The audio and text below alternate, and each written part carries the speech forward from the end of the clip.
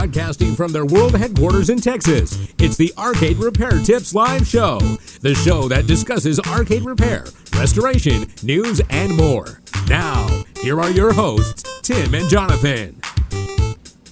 Hello everyone, and welcome to episode 54 of the Arcade Repair Tips Live Show for August 2021. My name is Jonathan Leung. I'm the producer, director, and editor of the Arcade Repair Tips video series. I think I can say it all.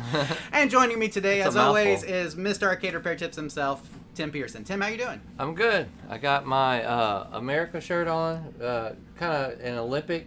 That's what I was kind of thinking of, the Olympics. Gotcha. I don't know if you've been watching. I think you need Olympics. to take the A off, though, because, around here we just call it Merc. America, right? That's Texas for you right there. Right. Anyway, doing okay, John. How about you?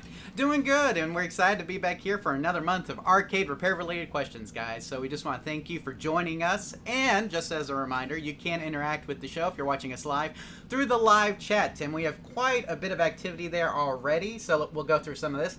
King Conk said, "You guys are the best. Thank you so much for helping the arcade community." It's always good to hear that. We have Wilton. He says, "Hello from the Dominican Republic." Okay. He said that in Spanish, and I think my Spanish is good enough to recognize that. All right. So there we go. Let's see what else we got here, Tim. We got Wasteland Warrior says he's listening at work, but he's the owner, so he's good. So that way you won't get into trouble, right? If you own your own business, you don't have to worry about it, right?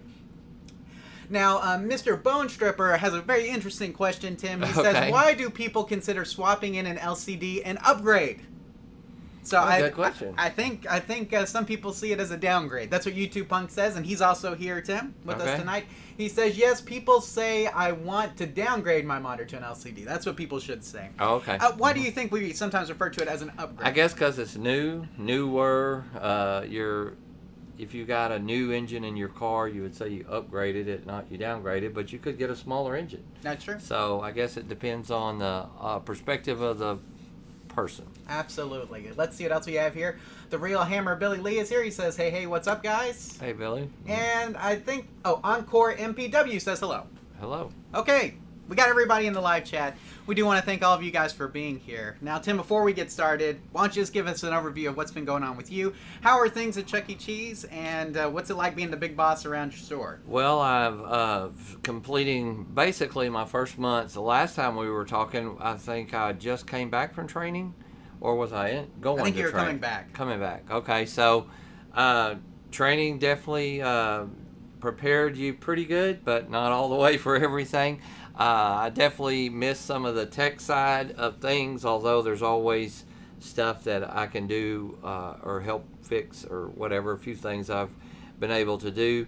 But the operation side is a whole different level, so if you're thinking about one or the two, choose the tech side. There you go. So, well, at least... No, it's fine. I was about to say, you get to be around games every day. Yep. Which is still kind of a benefit of working at Chuck E. Cheese, right? Yep, and pizza. Right, and you got pizza.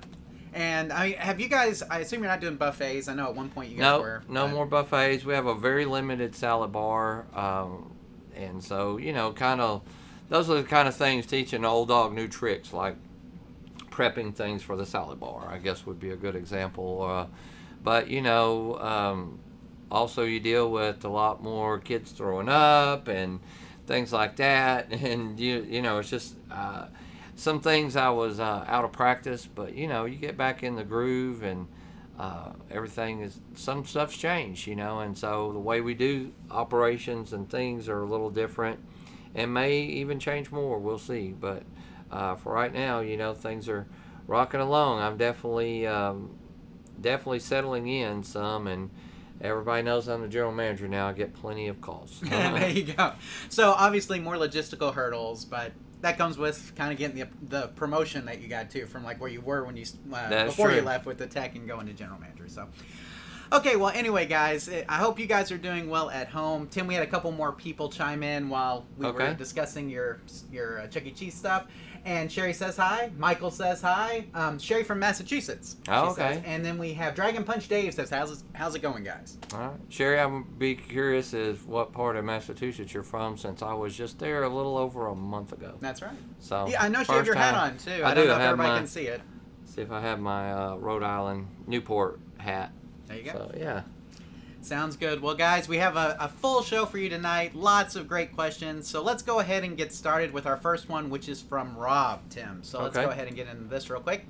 Rob says, I have a 40-in-1 cocktail table that was used, turned off, not moved. Okay. Very important, Tim. Not moved or anything. When I turned it on again, this screen showed up. And, Tim, I have the actual screen that was showing up.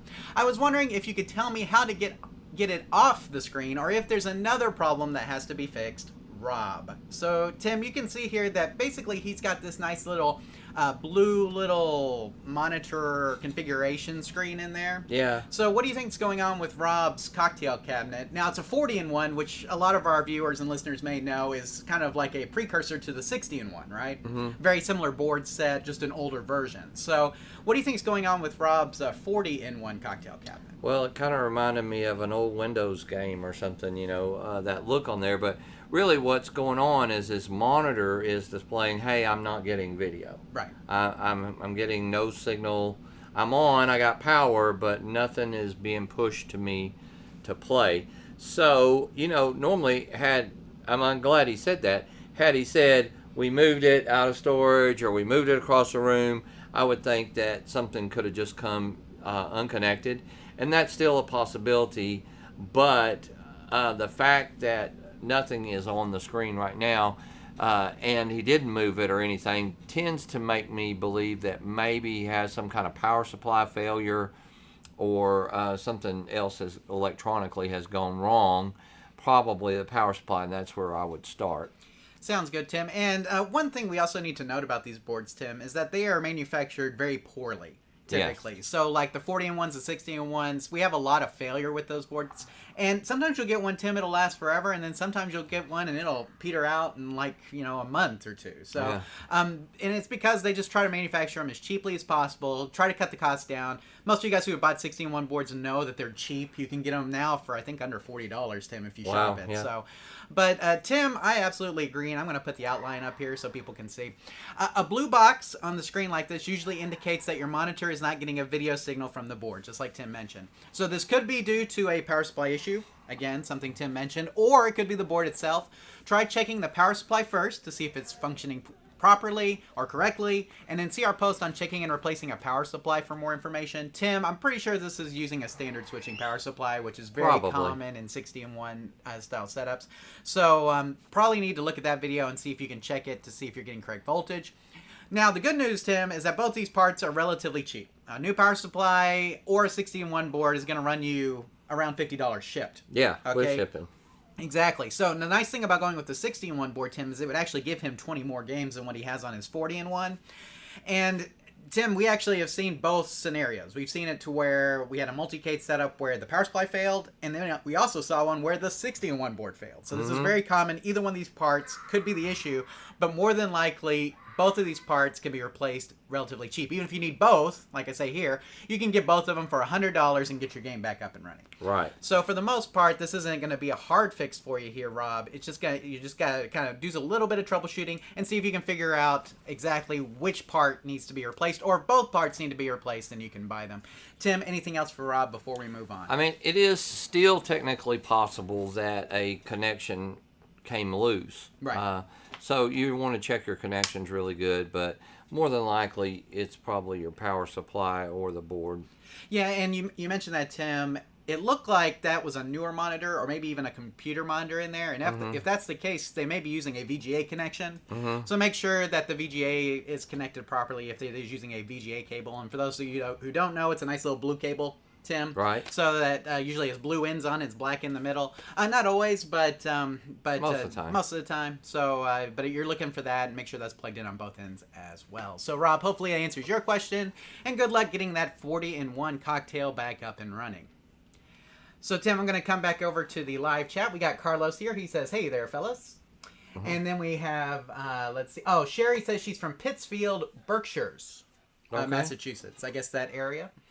So, Mr. Dwayne79 says, "Just took 3 arcades up 2 flights of stairs last weekend, and my back needs repaired. LOL." We don't do that here. And Tim, I watched something, and which we can talk about in the after show. Dr. Death. Are you familiar with this? No. True story about a neuro back surgeon in Dallas that had all of these terrible surgeries, basically, and harmed like 34 of the 38 patients that he worked on their spine. Wow. So that's about how we would do, Mr. Dwayne, if we had to work on your back too, because we have no experience. I'll talk more about that in the after show, though, if you're interested in that. There's a TV show, it's on Peacock, called Dr. Death, and there's a documentary about it too, Tim. Okay. And there's a Dallas doctor who actually did it, Wow. which is very close to home, because we're here in Texas. So we'll talk about that here in a little bit. But make sure you get a professional after that, Mr. Dwayne. That's what I'm going to say right there. Let's see. YouTube Punk says you need an exosuit. So, yeah, there you go. But anyway, let's see. I think we're caught up. Okay. I think we're caught up. So we will go ahead and move on here, Tim. And our next question is from Pat. So let me put this up here real quick. Sorry to trouble you, but I'm curious if I can safely test 2 fuses on a CRT chassis while the game is powered on. It has 120 volts to the chassis, but no net glow even after wiggling the yoke connection. The game previously worked for me, and it's too dirty to see if the fuses have blown without removing them or testing them with my multimeter. Thank you, Pat. So, Tim, we have Pat here, and he wants to know a very basic, simple question. Right. I mean, it's obvious that the problem is that his monitor is not working. So he wants to make sure that the fuses are working correctly, that we're getting voltage through them. And so he's wondering if he can test them with the monitor on. Tim, what do you have to say to Pat about that? Well, the key word, he said, can he safely do it? And I'm going to say no. I don't think that's a very safe method of testing a fuse at all. We always take the fuse out. Right. Because sometimes you can get some false readings.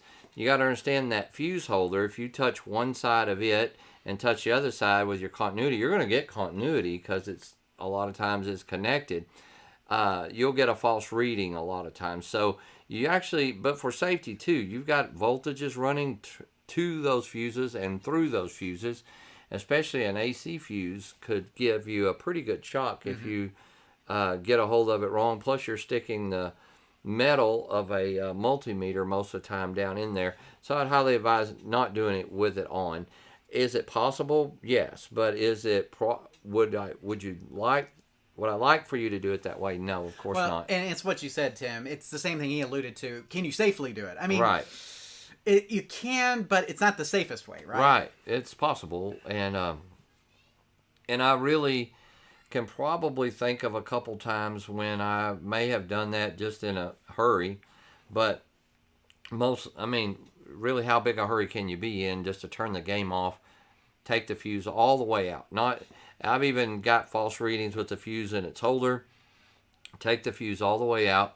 Then also you can kind of physically look and inspect it and see if the wire in the middle is broken or burned or anything. I've also seen fuses that had a really bent wire, and they may technically still read okay, but they are about to go or about to blow. Sometimes you'll see that by physically looking at them. But of course, reading with your meter, looking for continuity, or putting on your ohms and making sure that it zeroes out, that you are getting full continuity all the way through is the best way. There you go. So I'm going to go ahead and throw this up here, Tim. Basically says exactly what you just said. Technically, you can test the fuses without the game being powered on at all if you just want to check for continuity, like Tim mentioned. With that said, we usually recommend removing them and checking them out of their holders, as checking them on the chassis can sometimes lead to a false positive reading or a false good reading, like Tim mentioned. Now, you will need to test the fuses. On the chassis with the game powered on if you want to see if the voltage going through them is correct. Now, Tim, the easiest way to do this though is to test something downline, like usually like B+ voltage, for instance, something like that. If you test it wherever the next line, wherever the next line past the fuse is, you can get an idea of whether or not you're getting voltage through it a lot of times. But a continuity check, in our experience, Tim, is just as accurate, correct? Yes. So we typically check voltages at other locations on the chassis than the fuse, and just use a standard continuity check for our fuses. But the choice is yours. So if you would rather, just check to make sure you're getting the voltage further down the line and keep the fuse in there, that would tell you if the fuse is good. Because if you're not getting voltage, Tim, it's probably not good, right? So it's always a possibility.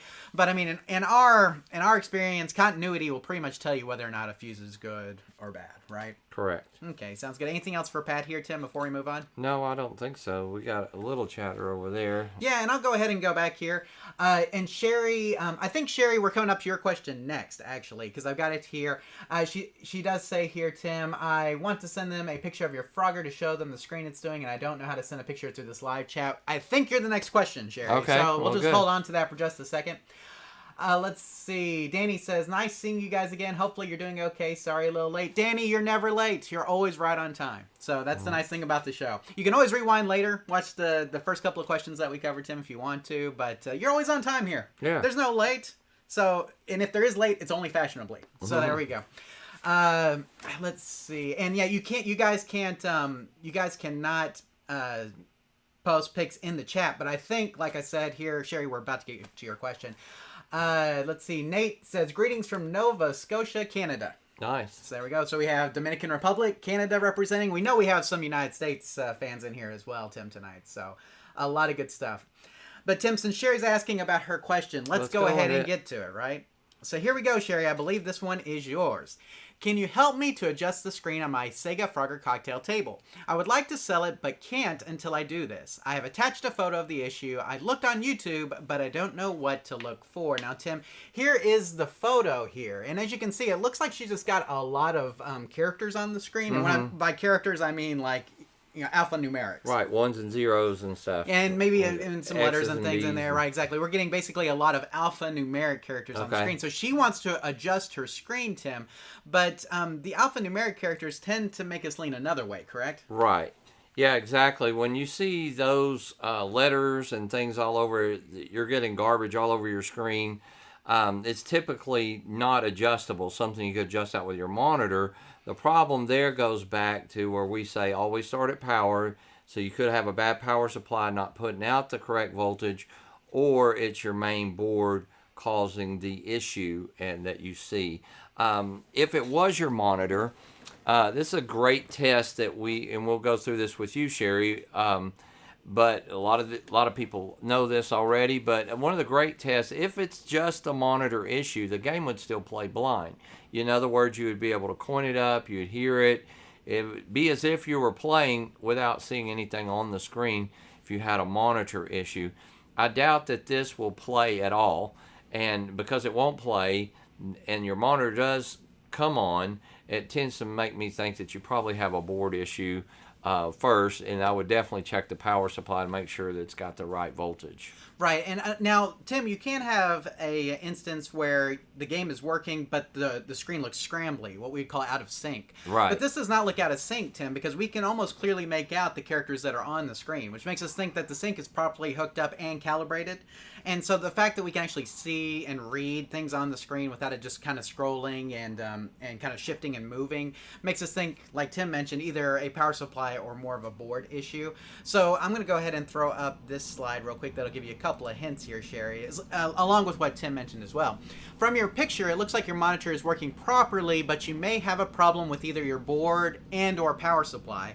Let's start off by checking that the power supply is working properly. And Sherry, we have a post on checking and replacing a power supply that you can check out, but I'm also going to tell you that you need to check out our one on checking a classic power supply, because Frogger uses more of a classic power supply setup, a little bit different than the MISPAC we show in that video.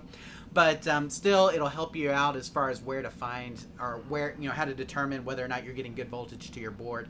And we also down at the bottom here, we're talking about the Frogger pinouts. And so let me get to this real quick. If you're new to this process, we recommend turning off the game, removing the edge connector from the board, turning the game back on, and then checking the voltages at the corresponding pins, Tim, right? Right. So basically what you're going to do is you're going to turn off the game, you're going to unhook the edge connector from the board, you're going to turn it back on, and then you're going to take a multimeter, you're going to take the black probe and put it into a ground pin, or you're going to touch it to a ground pin, and then you're going to take the red probe and you're going to put it to a voltage pin, whether that's +5, +12, and I forget what all the voltages are, Tim. Most of the time, 5 and 12 are the most common ones. And when we're talking about this here, Sherry, we're talking about DC voltage, right, Tim? Yes. So you're going to make sure that all that voltage is correct. If that voltage is not correct there, then you have a power supply issue. You need to correct that first. Now, that doesn't mean that you don't have a board issue, right, Tim? You could have both. But starting with good power is definitely what you want to go to first, and then worry about the board issue second. So what we did here is we actually linked to the Frogger pinouts, and these are also down below in the show notes, Tim. So if you go down there, you can click on this link, and it'll show you which pins have the voltage for what you're looking for. Okay, so that way you can check to make sure your power supply is good. You always want to do this before you start to suspect your board. Let's say that, Tim, we thought that we had a board issue, so we just took the board out, put another one in without checking the power. What do we risk in doing that? Well, we risk that if you had a bad power supply, given too much voltage or too little, you guys could do damage to two boards. Correct. So that's why we always want to check the power first, make sure that we have good power before we resort to thinking we have a board issue. And so do the steps that we talked about there and try. You will need a multimeter for that, Tim. And if you see our video on checking and replacing a power supply or checking a classic power supply, we talk about multimeters so you can actually see, and I think we have links to those in the post for those as well, so you can get you a good multimeter to use with it. You can get multimeters at pretty much any hardware store, Tim. So if you go to Home Depot, Lowe's, Ace Hardware, any local hardware store that you have, a lot of times you can get one. Harbor Freight has little cheapy ones, but for most cases they'll work okay. Like in this case, it should work fine for you. But you will need one of those to tell if you're getting good power. Now, once you're determined you've got good power, you hook the board back up. If it's still doing the same thing, you will need to get your board repaired, more than likely. So. More than likely, yeah. There's some things you can do. We got inspecting a video arcade game board, but you know, it's kind of more an intermediate repair person. If you're still new, probably best to send your board off and have it looked at. Absolutely. And we have a list of board repair people on our resources page, which you can find at arcaderepairtips.com/resources, and there's a board repair and board and PCB repair section that you can look at, and we have a listing of people there that can help you with your board as well. Let's see if she says anything else. It's been adjusted a few years ago, sat for years, and now back to this. I had put an adapter on the plug. None of my house plugs are 3-prong. That shouldn't matter so much, Tim, as far as like 3-prong to 2-prong. A lot of times that should still be okay.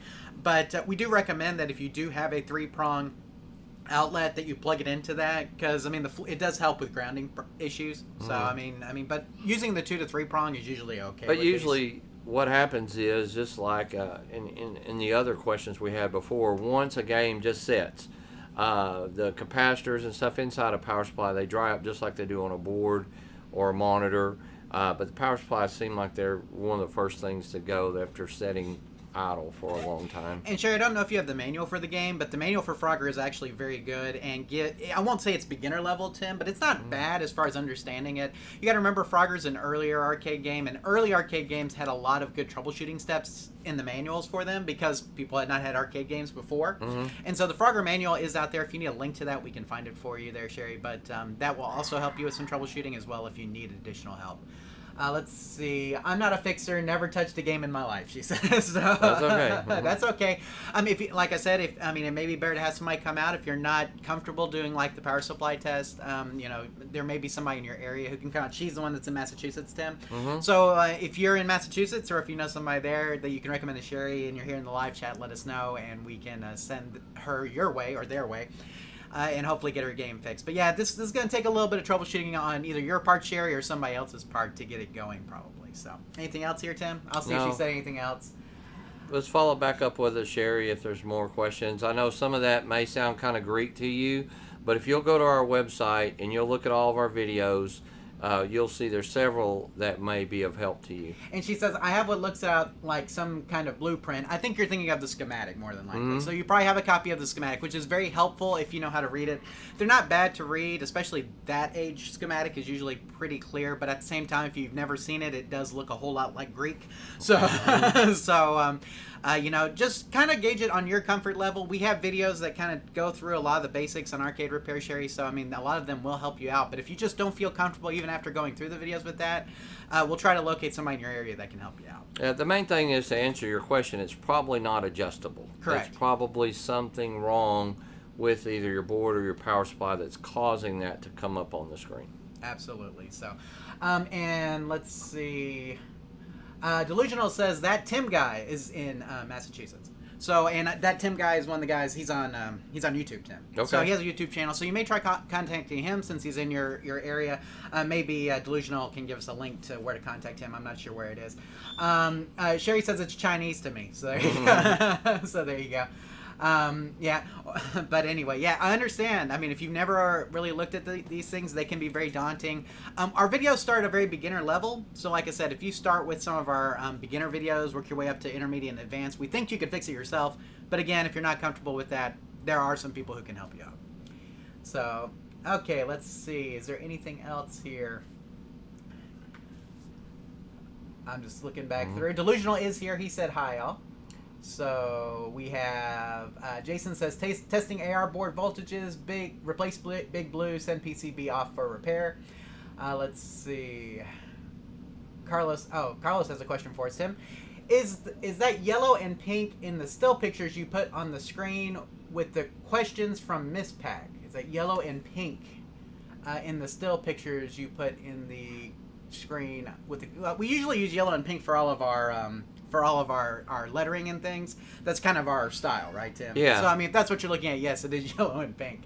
Let's see. And YouTube Punk says you can find the Frogger manual online. And you can. And like I said, it's a little bit, it gears more towards basic than the more advanced. So if you read the manual, it may help you out quite a bit as well. It does help you. It's not written at that super high-tech level like some manuals are. Jason said he thought it was a Centipede. No, we're talking about Frogger. I was like, when he said Big Blue, I'm like, wait a second here. Different game. Yeah. Let's see. Everything else. Okay, I think we're caught up. She says, okay, thank you. And that'll do it. Oh, it says slide template is Miss Pac slide. Yes, we have a Miss Pac style slide template. And Miss Pac style website, just with the pink and the yellow coloring, right, Tim? Yes. Yes, it's all styled kind of like a Miss Pac-Man cabinet. That's the way we have been since the beginning, right, Tim? Right. So there you go. I like yellow and pink. But it's generic. Yeah, it is somewhat generic, but still, I like yellow and pink. What's wrong with yellow and pink? Yellow and pink. So anyway. Okay, I think we're all caught up, Tim. So let us continue on. And this next one, Tim, is from Paul. Now, I've actually been talking with Paul back and forth a little bit. So we're just going to cover Paul's base question, but we've been going back and forth on his question as well. But just to kind of give people an understanding of what's going on with him, he says, hi, I am subscribed to your YouTube channel and have been watching your videos.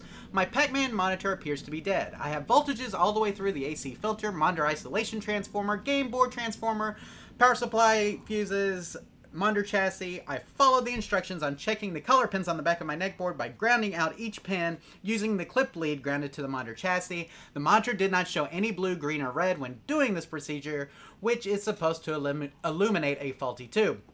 There is no apparent glow in the electron gun of the tube. The game board plays because when the machine is on, the gameplay can be heard, but the monitor screen is black. What definitive test can I do next to determine what's not working?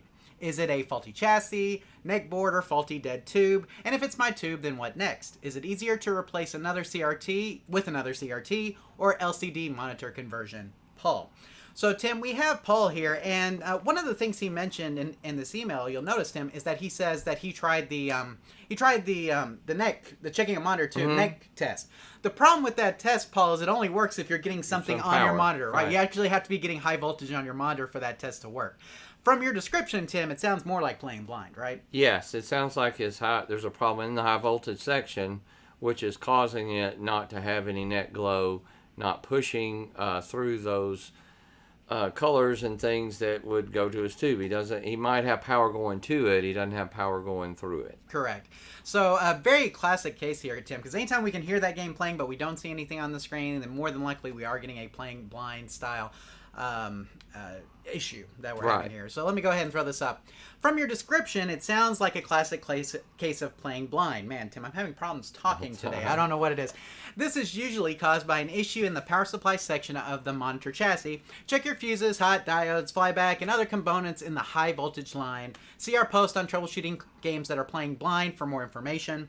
Now, you mentioned that you performed the tube color test, which is great, but that only works if the monitor is getting power and displaying a picture. There's a good chance that your tube is still good and just needs the chassis to provide it with power. Yes, you can go the LCD route, right, Tim? But your current monitor should be fixable. And that's something that we always try to tell you guys to kind of stick with what you have, if possible. There's nothing wrong with going the LCD route, but we always try, Tim, our preference is to try to fix the monitor that's in there first, and if we don't have success with that, then going the LCD route. Now, with that said, if we have a customer and we give them both options and they want LCD, we do LCD. Sure. So it really comes down to what the customer wants, the person who owns the cabinet. If you're the person who owns the cabinet, that's you. But if you're doing work for somebody else, that's the person that you're doing work for. And there's a lot of people, Tim, who would rather have an LCD than a CRT. And that's... Yep. I mean, we try to educate people as much as we can, guys, but, preferences are preferences, choices are choices. So, I mean, if you want LCD, we're going to put an LCD in. And it's usually more economic feasible to go ahead and repair what you have. Exactly. Those aren't cheap to put an LCD in there, so for about half that cost most of the time, you can get yours repaired. So I mentioned I was talking to Paul. We went back and forth. Tim found out he has a K4700 Wells Garner chassis. Do you know what's interesting about that? It's been a long time. Live chat probably knows that K4700. It's not a 4900. It's not a 4600. So it's kind of a rare. Not really rare, but it only goes in a certain style of cabinet. I'm trying to give Tim a hint. It only goes into, I don't know, what does it go into? More of a... It's a 13-inch. Oh, it's like a cabaret. Right, exactly. Like, it's more something that we see in a lot of cabarets and smaller. Usually, it's a 13-inch monitor that has a 4700. Okay. For those of you guys who do know, the 4700 is very similar to the 4600. Right. So it uses the little cards. Exactly. It uses the card system that we're very familiar with. So the troubleshooting on that is very similar to the 4600. So I pointed Paul to some 4600 troubleshooting in his high voltage section that he can do. He's in the process of doing that. So Paul, hopefully you're going to get that monitor working. He's checking fuses. He was having trouble finding the fuse, Tim. And that one has the axial fuse. It doesn't have a fuse holder. And we were talking about fuses earlier. The axials are actually have two axials that are on the ends that are soldered in. Onto the board. Right. So if you want to check that fuse, you really need to remove it from the board like we were talking about. But or at least one leg. Right, at least one leg. But unlike we were talking about with the ones that have the fuse holder, you actually have to do some desoldering. Right. So, I mean, solder wick or desoldering iron, you need to get it out for that. So he's in the process of doing that, and he's going to check his transistors and other things in the high voltage section. Hopefully he can get that going pretty soon. But we wish Paul the best of luck, and if you need any more help, Paul, just contact us and let us know. Yeah, I have a 4700, I think, in my Pac-Man cabaret over there. Yeah, I was trying to do this little thing. Yeah, so, I was thinking. Sorry, there's like a million things over here. I was trying to think of what did I have that had a 4700 in it, and about that time it hit me. Yeah, it was in a cabaret because I haven't seen one. It's a 13-inch monitor. Correct. So. It's a smaller style monitor, but it's based on the 4600. So, like I said, it's very, very similar to a 4600. Let's see. I think that does it for Paul, Tim. Let's go to the live chat real quick. Sherry says, I have a crazy question. What's it worth with a scrambled screen like mine or a blank screen? A Frogger? The Frogger. A Frogger cocktail. And this is something that we can probably throw to the live chat as well. Yeah. What's a Frogger cocktail worth in the condition that Sherry's is in with a scrambled screen? So here's the deal. Monitor probably works. Okay, so I'm going to figure that into the price, Tim. Okay, I'm going to say that the monitor's probably working because we're getting stuff on the monitor. It's just we're getting the alphanumeric style characters. So monitor's probably working, but we have probably a bad board or power supply. Tim, you want to throw a number out there? High end 500 maybe, lower 200. See, I was thinking at least 200. Yeah. In the condition that it's in. You got to find somebody who's going to fix it, and it could be an easy fix, like YouTube Punk says. Could very, very well be an easy fix, but it really depends. Regzer Show says 350, Tim. More in the 350 range. That's what I was... Here's the deal, though. Anytime you sell something broken, you have to find the perfect person who's willing to fix it. And that is sometimes hard depending on your area. In Massachusetts, there may be, if there's a large enough community in Massachusetts, and Tim, we know that there are shows in Massachusetts, right? Was Pintastic? Mm-hmm. Is that one of the shows that's in Massachusetts, I think? There's some in that New England area. There's a lot of different arcade and pinball shows. So we know that there are several arcade and pinball collectors in that area. And so just depending, I would say a minimum of 200 in the condition that's in. Regzer Show says 350. Tim was saying, what were you saying, 200 to 5? $200 to $500. Yeah. So I guess 350 would be in the middle. Exactly. But... So Regzer Show kind of split the difference with you there, too. Yeah. Yeah, I mean, it just, it really depends. I mean, the condition looked good of the cabinet, so that works in your benefit. If I was listing it, Tim, I may list it at 4. Okay. So I'd probably list it at 4 and kind of work my way down from there. I mean, if you could list it at 5 if you wanted to. You may get bites there. So if you listed at 500 on like a Craigslist or like Facebook Marketplace, you may get some bites if you don't consider lowering it down. But I mean, 200 may be low. Maybe 300 is more in line with what we're thinking, Tim. I mean, it's not like they're making Frogger cocktails anymore. Right. So, I mean, Sherry says, I was also told it was a rare cocktail. Not sure if that's true. I mean, it's as rare as any other cocktail. It's probably more rare than like a Miss Pac-Man Galaga because we see a lot of those cocktails, but it's not as rare as like a Tron. Right. And so, I mean, relatively rare. All games are rare these days. That's exactly right. I think I'm going to up my original projection and say 3. Okay. I think 300 is probably a sweet spot, but if I was listing it, I may list it at 4 or 5 and then work my way down. Because you may find somebody who will pay if Frogger's their favorite game, they may pay 500 or 400 for it because it's actually in pretty decent condition and I'm going to say it has a working monitor in there. So right. The bigger question would be if she fixed it, how much would it go for? And see, now we're looking at I would think at least $800. I'm thinking 800 to $1,000 to $1,000. So if you list it and can't sell it at 400, you drop it down to 300 and it doesn't sell. You put 200 into it and it sells for 800. That's there you go. Yeah, it's worth fixing for sure. It really depends on what it really depends on what it's going to cost to get it repaired. I mean, if you're doing it yourself, Tim, like you said, you may be able to get this done for $200 or $300 like yourself. But if you're going to hire somebody to do that, it's going to be more. They're going to charge you labor, and parts and repair and all that kind of stuff. It may be not worth the headache. Just sell it to a collector for $300 or something that knows how to fix it, and they're probably glad to pay $250 or $300 for it. Delusional says Frogger uprights are more desirable than Frogger cocktails. That is correct. A lot of people like the Frogger uprights more than the cocktails. And YouTube Punk says listed at 500 or best offer. It's a good idea. I think that's reasonable because, like I said, you may get bites at 450, 400, and if you get that for it, I'd say that's fair considering that it's not working. So. Sherry said, I just saw one sell for $3,500. Now, that can be very deceiving. If you saw that on eBay, for instance. eBay, sometimes those things sell and sometimes they sell. Right. Does that make sense? So, like, somebody buys a Buddies for that and then they negotiate down the price. So, unless you know the person and they bought it for $3,500, don't go by what you're seeing on eBay necessarily because eBay pricing is skewed, to say the least. So it's really hard to get an idea of value from eBay because, Tim, I'm guilty of this. Okay, it's like you have a buddy who's selling a truck or something like that or something else on eBay, and then they're like, hey, can you bid it up for me a little bit? Have you ever done that for somebody? I've had people ask. So yeah, I'll say that much. I have actually, like, I didn't win the item. But, like, hey, just bid up a little bit. So, hey, and if I ended up with it, I ended up with it. So, I mean, a lot of cases it is what it is. But, so be careful with the deceiving part of that, though, I mean, because it's just, like I said, the eBay pricing can be very, very deceiving. Let's see. Jason says condition means a lot. So, if it's in perfect, pristine condition, you may be able to get $2,000, $3,000 for it. If it's in pristine condition. Let's see.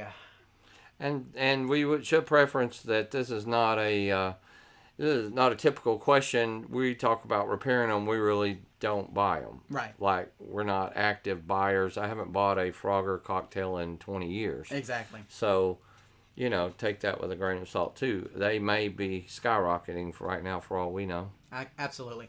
Tim, we got a question from King Conk. He says, I have a 1993 Ridge Racer with a classic power supply and a CRT isolation transformer. The isolation transformer stopped working. Do you recommend I install a new plastic power supply? So if it's got like a classic...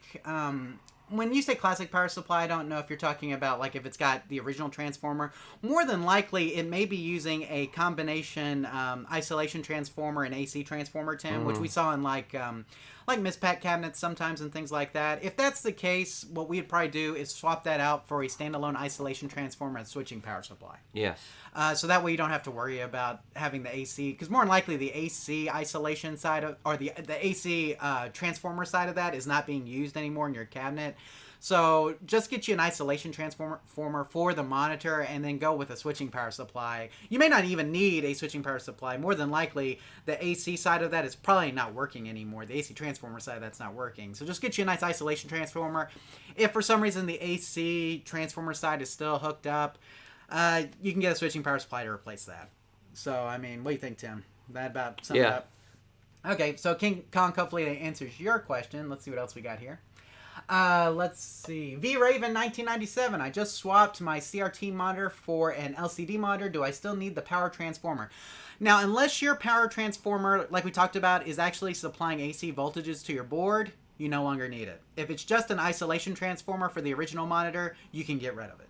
You can keep it in there, or you can get rid of it. You have options, right? Right. It doesn't really hurt to keep it in there, but if you want to wire around it, that's fine. However, if you've got like a Miss Pac-Man and it's using the other side of that for AC transformer voltage for the 12 and 7 volt AC going to the board, then you will need to leave that in there. But if the only place that transformer is going is to your monitor, you can take it out. Right. That's what it comes down to. Let's see. Rigzer Show, could her Frogger issue be a bad CPU chip? Looks like some of the errors I've seen on DK board fixes. Yes. Yes, it could be. Absolutely. And I'm not familiar enough with Frogger to know exactly which chips that would be. More familiar with Donkey Kong's on that. But yes, it definitely could be chip issues here. Main processor issues are very common. So let's see. Danny, I got a red Z-Back cabinet. Should I make it a Neo Geo or a Street Fighter? Your choice. So the red Z-Back wasn't necessarily a Neo Geo, although a lot of Neo Geo boards are in those. But if you want to go Street Fighter, go Street Fighter. You know, do what makes you happy. Right. How about that? So whatever you think, Danny. And it depends on what Street Fighter. If it's Street Fighter, if it's like Mario the Alpha series, I'm a big Alpha fan. I'd probably go that route. But the thing about Neo Geos, Tim, easy to swap games in and out of, right? Agreed. For sure. Let's see what else we got. Charles, condition means a lot, and this is on the Frogger, Tim. I paid more for a perfect broken game than a working one, but I collect. That is correct. So, Bobby says that Frogger up for sale is $3,500 currently, not sold. That's a thing too. Right. People list games on eBay for really exaggerated amounts just to get prices up there. So, and sometimes people will buy them for that. Right. So I mean, it is what it is. Hey, you know, if you can get $3,500 for a Frogger, more power to you. So, let's see. YouTube Punk was asking Danny if he liked the Big Red or the Street Fighter art. I mean, like I said, just kind of depends on what you want to do. I mean, I have a red Z-Back in storage, and it's got a CPS2 game in it, just to give you an idea. So, let's see. Bobby, people can ask for whatever they want. Doesn't mean the buyer will grab it. That is correct. That is correct. Yeah, so and so closed auctions, Sherry said she went to closed auctions. Make sure you go to sold auctions when you're looking at stuff on eBay, right, Tim? Right. Not just ended auctions, but sold. So make sure it actually sold. But like I said, sold doesn't necessarily mean anything either, because like their buddy could have bought it and then they do some sort of reimbursement for it or whatever. So you never know. So it is what it is.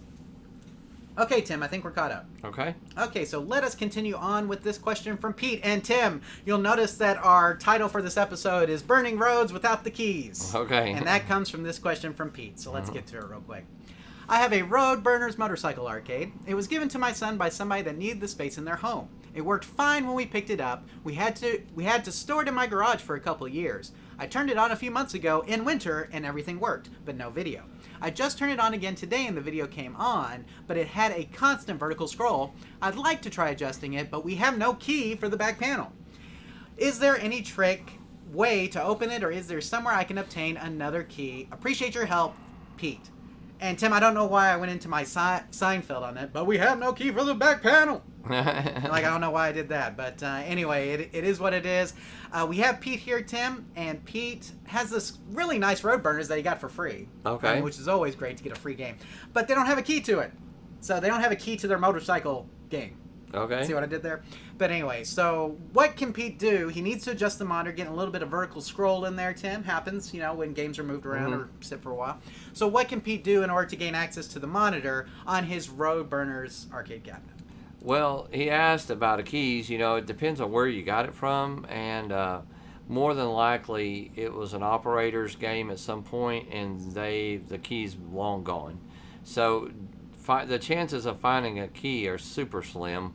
unless you bought it from a particular operator that may remember or have some keys around. Remember, it was free. Right, it's free. So the main thing is if you'll watch a video we have on, I guess it's on drilling a lockout, isn't it? Yes, it is. And Actually, well, it's called replacing a coin door lock. Okay, replacing a coin door lock. It'll work the same as this lock. You've got to drill that out. It's real simple. You're just going to take a drill bit and go right through the middle, about a 1/4 inch drill bit, and just drill till it stops. And then once it drills out that back, it'll knock that lock come apart, and you can open it up. And you just replace the lock. Costs a couple bucks for another, maybe $5 by now for a lock, but drilling it into it is probably the best way. Now, we have had some luck before. The lock has a cam, like my fingers pointing up like this, that goes down and up. Sometimes you can take a screwdriver through this side of the cabinet and knock that cam over so that it will open up.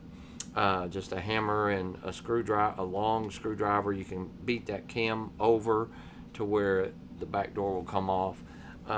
Depends on how the back door is. If it sits flat, you can do that, but if it gets kind of grooved, it's harder. Right. So, but the easiest thing to do usually is to drill out that lock. Just go right in through with a drill bit. And we show that in that video. Absolutely, and I'll go ahead and summarize that again here, Tim. So you have a couple of options. Now, Tim didn't talk about the super duper legal way of doing things, which would be to hire a locksmith. Okay, right. You could do that, or you could pick the lock yourself, Tim. These methods are preferred, but may involve a little bit more money or time than you want to invest in opening up the cabinet. Tim, there's a lot of videos that show you how to pick locks on YouTube. I don't know if you've seen those. So I mean, you could always watch a couple of those videos, get a kit, and try it yourself.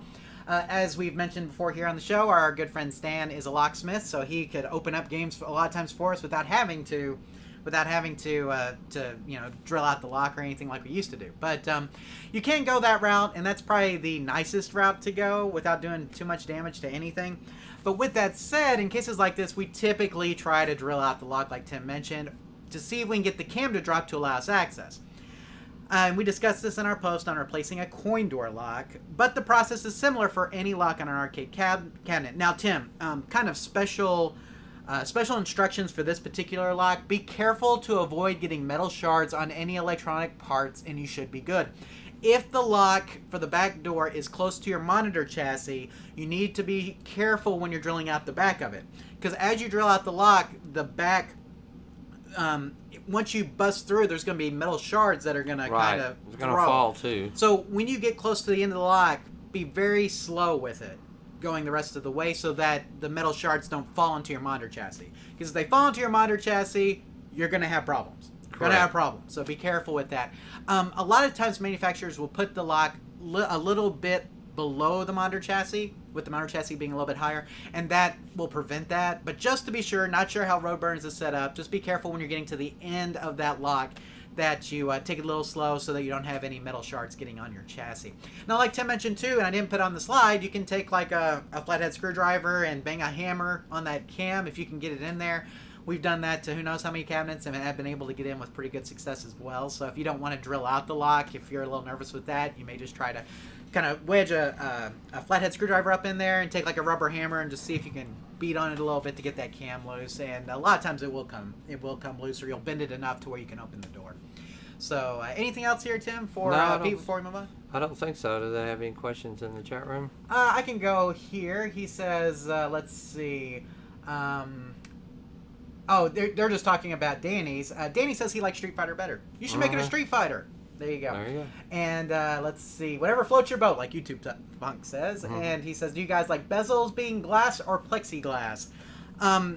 Prefer glass, but if I get it cut myself, we go plexi typically. Yeah, probably. And it just because plexi is safer, I feel like. Like if you have kids in your arcade.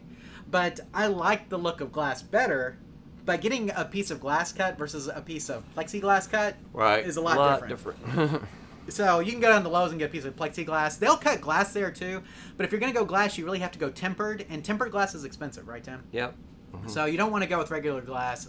Tempered glass is the way. It's safer. Just do that. So anyway. Okay. Well, I think that does it for Pete's question. And we're caught up on the live chat, Tim. So we're in good hands. And we're at the point in the show where we do our rapid fire questions from YouTube, Tim. Okay. And we got 3 this month for you to rapid fire for us, so I'll go ahead and throw those up here real quick. We have Jet Skier. You see what he did there? I see that. Yeah, Jet Skier. He says, where do you get your artwork? I need reproduction artwork for a Dart machine, a Valley Cougar SM. Trying to restore the cabinet, but want it done right, and looking at options for side vinyl or painting. Can you advise? So really, where do you get your artwork, right? That's the main question. Stan says, is the ground wire on a chassis of the CRT going anywhere? Why didn't you discharge the caps on a CRT board? So we'll talk about those too. And then Mr. Shabatronic says, on my 60-in-1, I can get the switch 3 button to work using the gray wire. In setup mode, I can get the switch 2 to move forwards, but when I press the switch 3, it goes backwards the screen. It should jump to the end. Any ideas what I'm doing wrong? Thanks. So, Tim, summarize. Jet Skier, we need to know where we get our artwork from.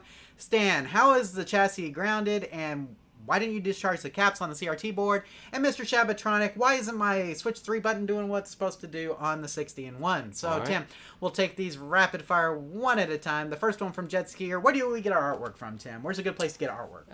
GameOnGraphics.com is a good place that we recommend. There's also probably some other really quality people. There's too many to list now. Technology and things have caught up.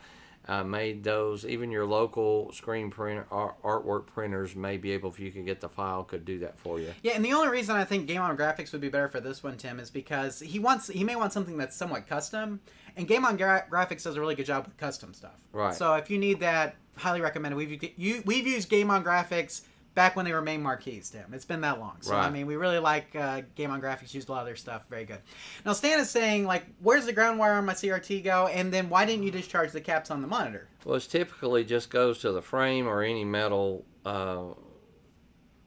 so that it goes all the way through the AC plug. Right, exactly. Now, why didn't we discharge the caps? Because they don't usually hold much of a charge. Some do, but, I mean, you can generally don't touch every cap with your hand. It's not as a safety issue as taking off that anode. Absolutely. And then Mr. Shabatronic, what's up with his little Switch 3? Why isn't it working properly? Well, it's either not wired properly or it's just he's got a different version of the board or something's wrong with his board. Like we talked about earlier, Tim, with the 60-in-1s specifically, is that the manufacturing process is very cheap. They try to manufacture them as cheap as possible, which means that not all of them work exactly the same. And then not only are they manufactured cheap, but there's multiple different versions by multiple different manufacturers.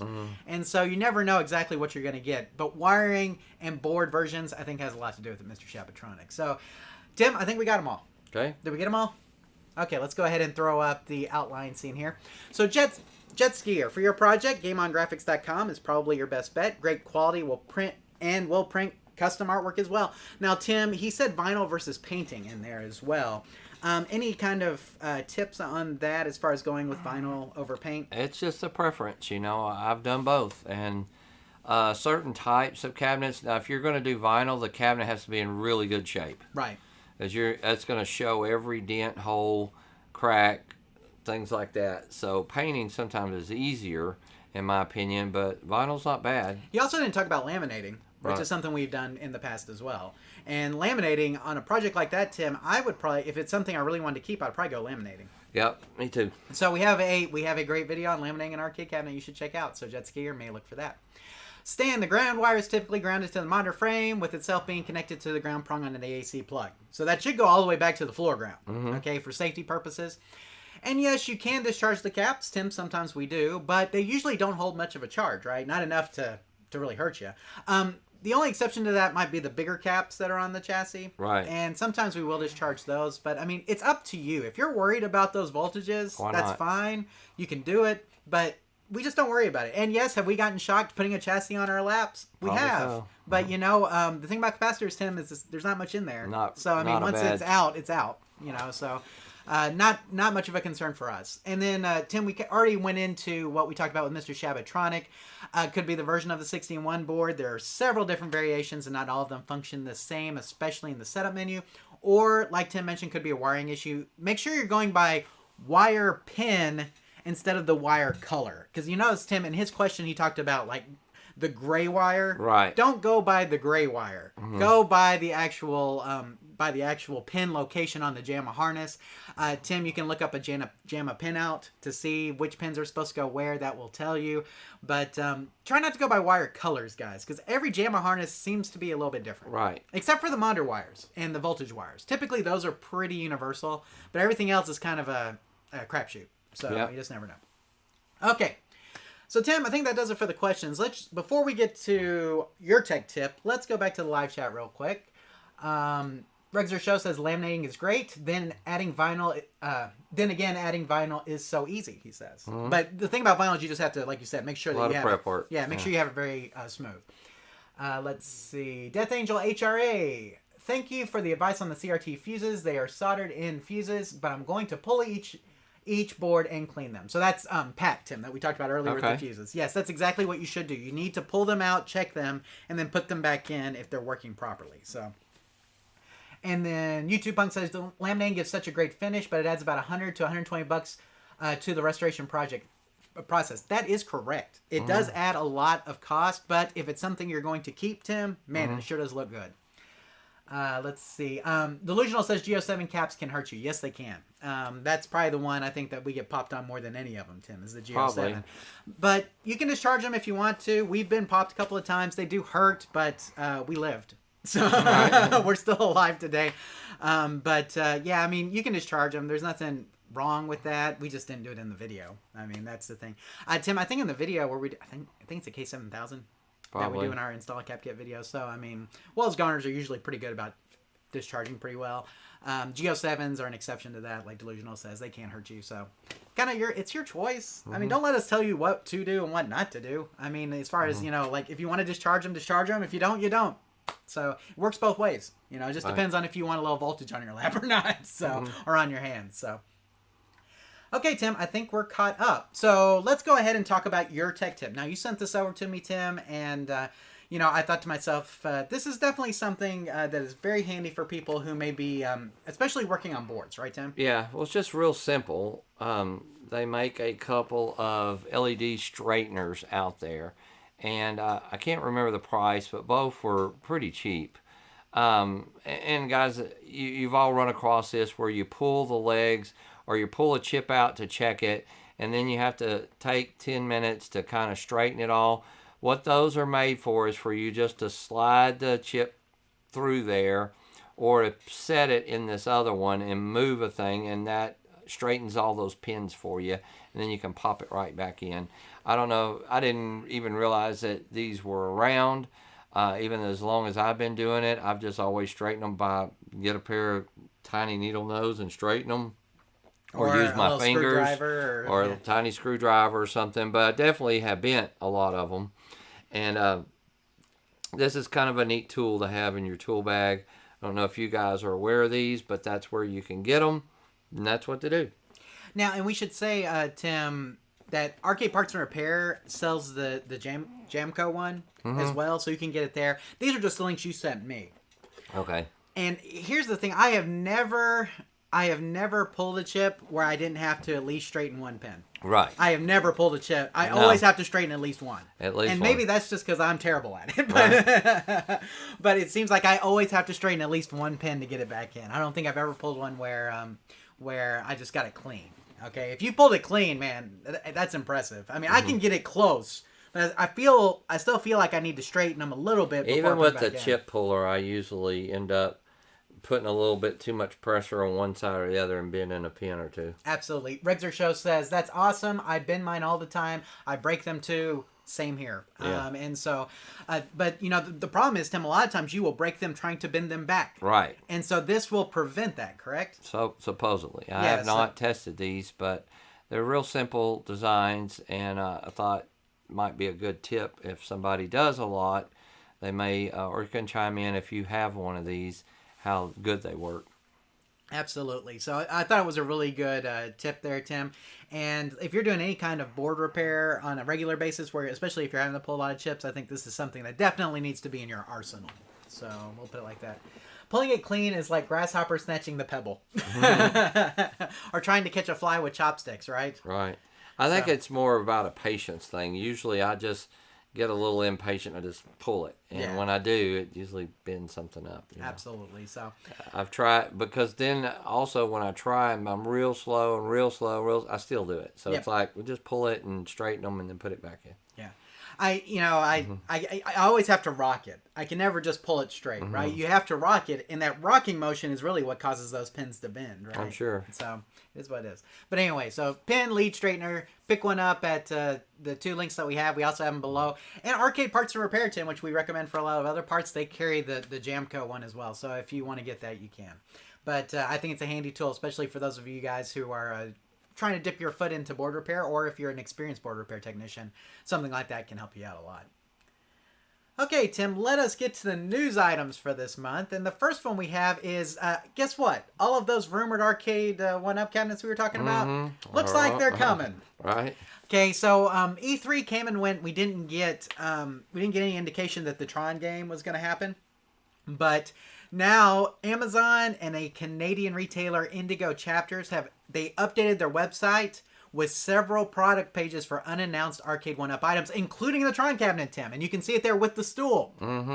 Okay, so those were rumored to be at E3, but now we've actually got product pages. I think we're going to see that very soon. So those of you guys who are interested in maybe getting the Tron, because Tim, we all know like a Tron arcade cabinet right now is what's it selling for, like $2,500 at least, something like that. If you want one that's fully working and restored, maybe even more, $3,500 is probably about right on a Tron. But you can get you a arcade 1-up version, and hopefully scratch your itch for Tron if you want to. That's coming soon. They also unveiled a Terminator 2, Tim, a Terminator 2 arcade cabinet, as well as a new Capcom cocktail cabinet. So there you go. Let's see. Charles says, Opie says, the T2 is using light guns. Abomination. I don't know if it's light guns or if it is the potentiometer based guns. Tim, they kind of look like light guns, though. Yeah. So everybody knows that T2 and Revolution X and those Midway gun games use potentiometer based guns. So I don't know what it's going to use, but I'm sure it'll work fine. Whatever it is, but the product pages have been taken down now, so you can't look them up. But trust me, they were there. We have pictures of them, and they are coming. Tim, is there anything that you want to say about any of these 3 games?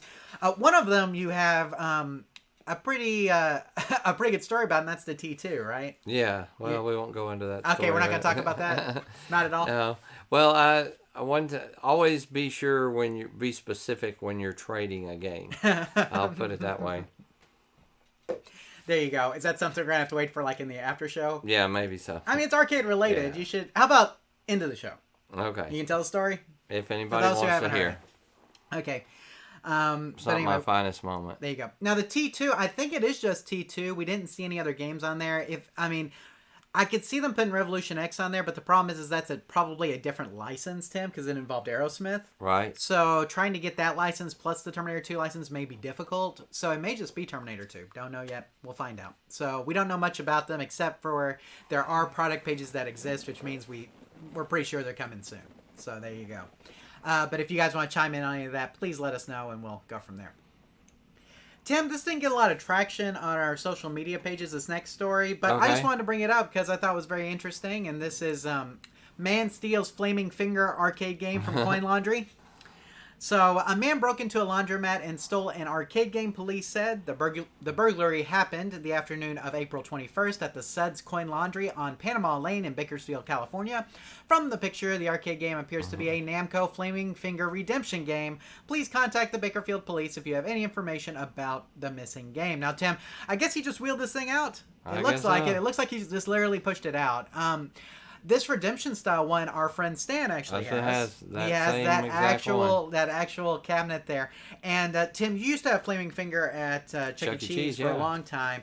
Very fun game for you guys who don't know how to play it. Basically, there's a little it generates a maze, and you have to run your finger through the maze as quick as you can before the time runs out to get the prize, right? Mm-hmm. It's really fun, but this guy kind of took his love of the game to an extreme just by pushing it out the laundromat. I guess so. There you go. So be on the look for that. Exactly. For sale. Yeah, exactly. If you see one of those in California for sale, or on eBay, maybe somewhat suspicious. So, or on eBay or something else, but something to watch out for, guys, for sure. The next story we have here, Tim, is about a board that we didn't really know existed until this guy found it. And so I'm going to throw this up here. Video game collector believes he found evidence of unreleased Snk Millennium Console. Okay, so we have this Snk Millennium Console here. The mysterious Snk motherboard has been found and is believed to be for an Snk Millennium Console. This unreleased console was going to be the successor to the Hyper Neo Geo 64 hardware. Rumors of the Snk Millennium first emerged in 1999. It was reportedly meant to be SNK's next-generation console designed to compete with the Sega Dreamcast and Sony PS2. So, Tim, this is actually, like, it looks like a computer motherboard if you're looking at it. I mean, it's very similar. But this was going to be kind of the next generation for SNK that we never saw. But apparently somebody bought this in, like, a pile of SNK stuff, and it was in there. Interesting. So you just never know what you're going to find. So, it's amazing the kind of things that we've been unearthing lately, as far as like rare boards or unreleased boards or stuff like that. Very cool finds for sure. And I don't know if anything was ever developed on this board, but it'd be really interesting to see if there was any kind of software that they ever wrote for it. It may have just been a hardware strict test just to see if they could make something as powerful as what a PlayStation 2 and a Dreamcast is. But very interesting to see SNK dipping their feet into that, trying to at least, but really never going all the way into releasing it. So cool stuff, guys. If you're SNK fans, I know a lot of our fans are a lot of our people here in the live chat are Neo Geo fans, Tim. So kind of goes along with the history of that for sure. Razor Show, Jonathan, did you get my repair question email on the new Flamin Finger I got? No, I have not. I didn't get one on the Flamin Finger, so you may need to send that. I think he's saying he may have taken it from the laundromat. Oh, okay. So, yeah. Anyway, so good stuff there. Let's see. Anything else? Okay, we're caught up. Now, Tim, these next two stories did get a lot of traction on our social media pages. And, Tim, you had a lot to talk about with with this one in particular, because I really think that this is something you're familiar with. Okay. But Sega is being sued for rigged Keymaster arcade machine.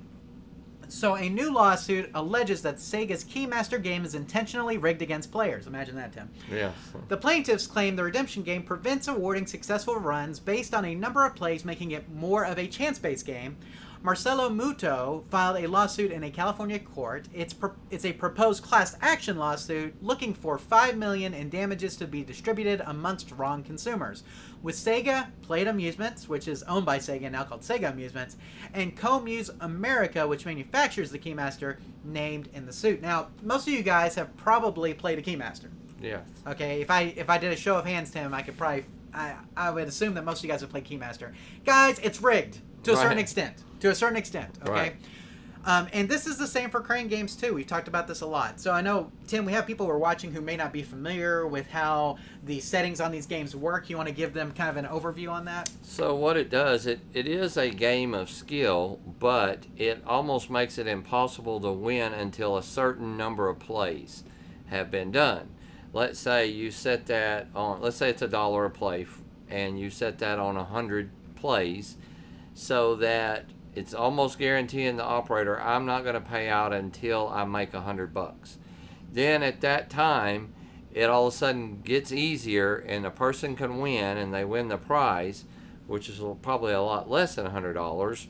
And then it goes back into this hard mode again until it reaches a certain monetary level again, to where it ease up where somebody could actually win it. Exactly, and this goes for crane games, Tim. This goes for a lot of self-redemption. So, Keymaster, Stacker, what else, Tim? Yeah, Stackers were really notorious for it. Yeah, Stackers are like that. What else, Tim? What other games can you think of? Lighthouse? Yeah, for you guys who are familiar with Lighthouse, any kind of stop game. Right. Where, like, you have to stop at a certain... And go to a certain level. Right, go to a certain level. level. You pay more, you can go higher. Right, so any kind of, like, where I have to stop on a certain... at a certain point. It's like the DVD stop games. Remember those, Tim? Stuff like that. All pretty much work on the same concept of, so many plays. What I really wish would happen is they would post what the odds are. So, like, if they have it set to where it's 100 plays, like you were saying before you can win, then they should post on the game 1 in 100. Right. You know what I'm saying? Like, there should be a little sticker that the operator has to put on there that says, this game is set to 1 out of 100. Okay, 1 out of every 100 plays or whatever. So it lets you know that's how many it's going to get before it tries to actually pay out. Now, Tim, I think it's good though if they also added a randomize to where somebody can just win it if you just catch the randomization correct. Right. You know what I'm saying? And to me, that's an important part of it too, because that kind of adds elements to win. I'm not just waiting until I reach a certain threshold. I could win at any time if I catch it just right. You know what I'm saying? So, but pretty much all crane games, skill style redemption games, Flamin Finger is like this, right? Mm-hmm. I mean, even though you can be a great Flamin Finger player, and it'll still cheat you from time to time, won't it? Mm-hmm. Absolutely. So I mean, it's pretty much any of these kind of redemption games, because the operators want to be able to make back their money. That's what it comes down to. So, look, you can't be giving away PlayStation 5s every time. Right. You can't, or PlayStation 4s or Switches every time. You know, something to think about. So, let's see. Yeah, got to make the bank first, like YouTube Punk says. Skill Crane is like that too, correct. So, something to keep in mind for you guys who are playing. Tim, it's like that everywhere, right? Like, yeah. I mean, operators can summon is easy. But, Tim, we always have a philosophy about those kind of games, right? What's our philosophy? Well, our philosophy is if you don't like it, don't play it. Well, that's true. No, I was thinking you want to see people win. Yeah, you want it. Yeah, because when that kid does win, he goes around and tells everybody, where'd you get that PS5? Well, I got it from playing this game. Then people will want to play it more. But, of course, the more people play it, it's still set. So it does protect the operator, but at the same time, it does... I would rather see it be a true game of skill and just a decent prize. That, for instance, if you're paying $1 a play, have a bunch of dollar prizes in there, so you can't lose, but at the same time, they could still win if they're really good, and you just at least break even or something. Exactly. If you're going to put a big prize in a redemption game, instead of making it like $1 a play and making it really, really difficult, make it $5 a play, Mm-hmm. and then just have them play less and crank the odds down. You see what I'm saying? So, Right.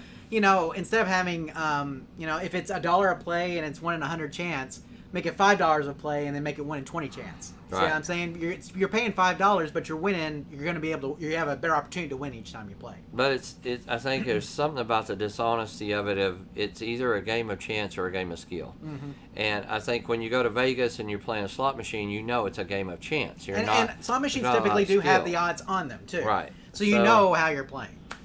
So it's kind of a catch-22. Either you're being honest, and people won't play it because they don't think they have a chance, or they're skilled and they can just keep taking you, and you can't make any money at it. So what good is it? Right. But I mean, we see this, Tim, at one of our local arcades here. They have the big crane with the big balls inside, right? Mm-hmm. You know how much that is to play? It's like $6 a play.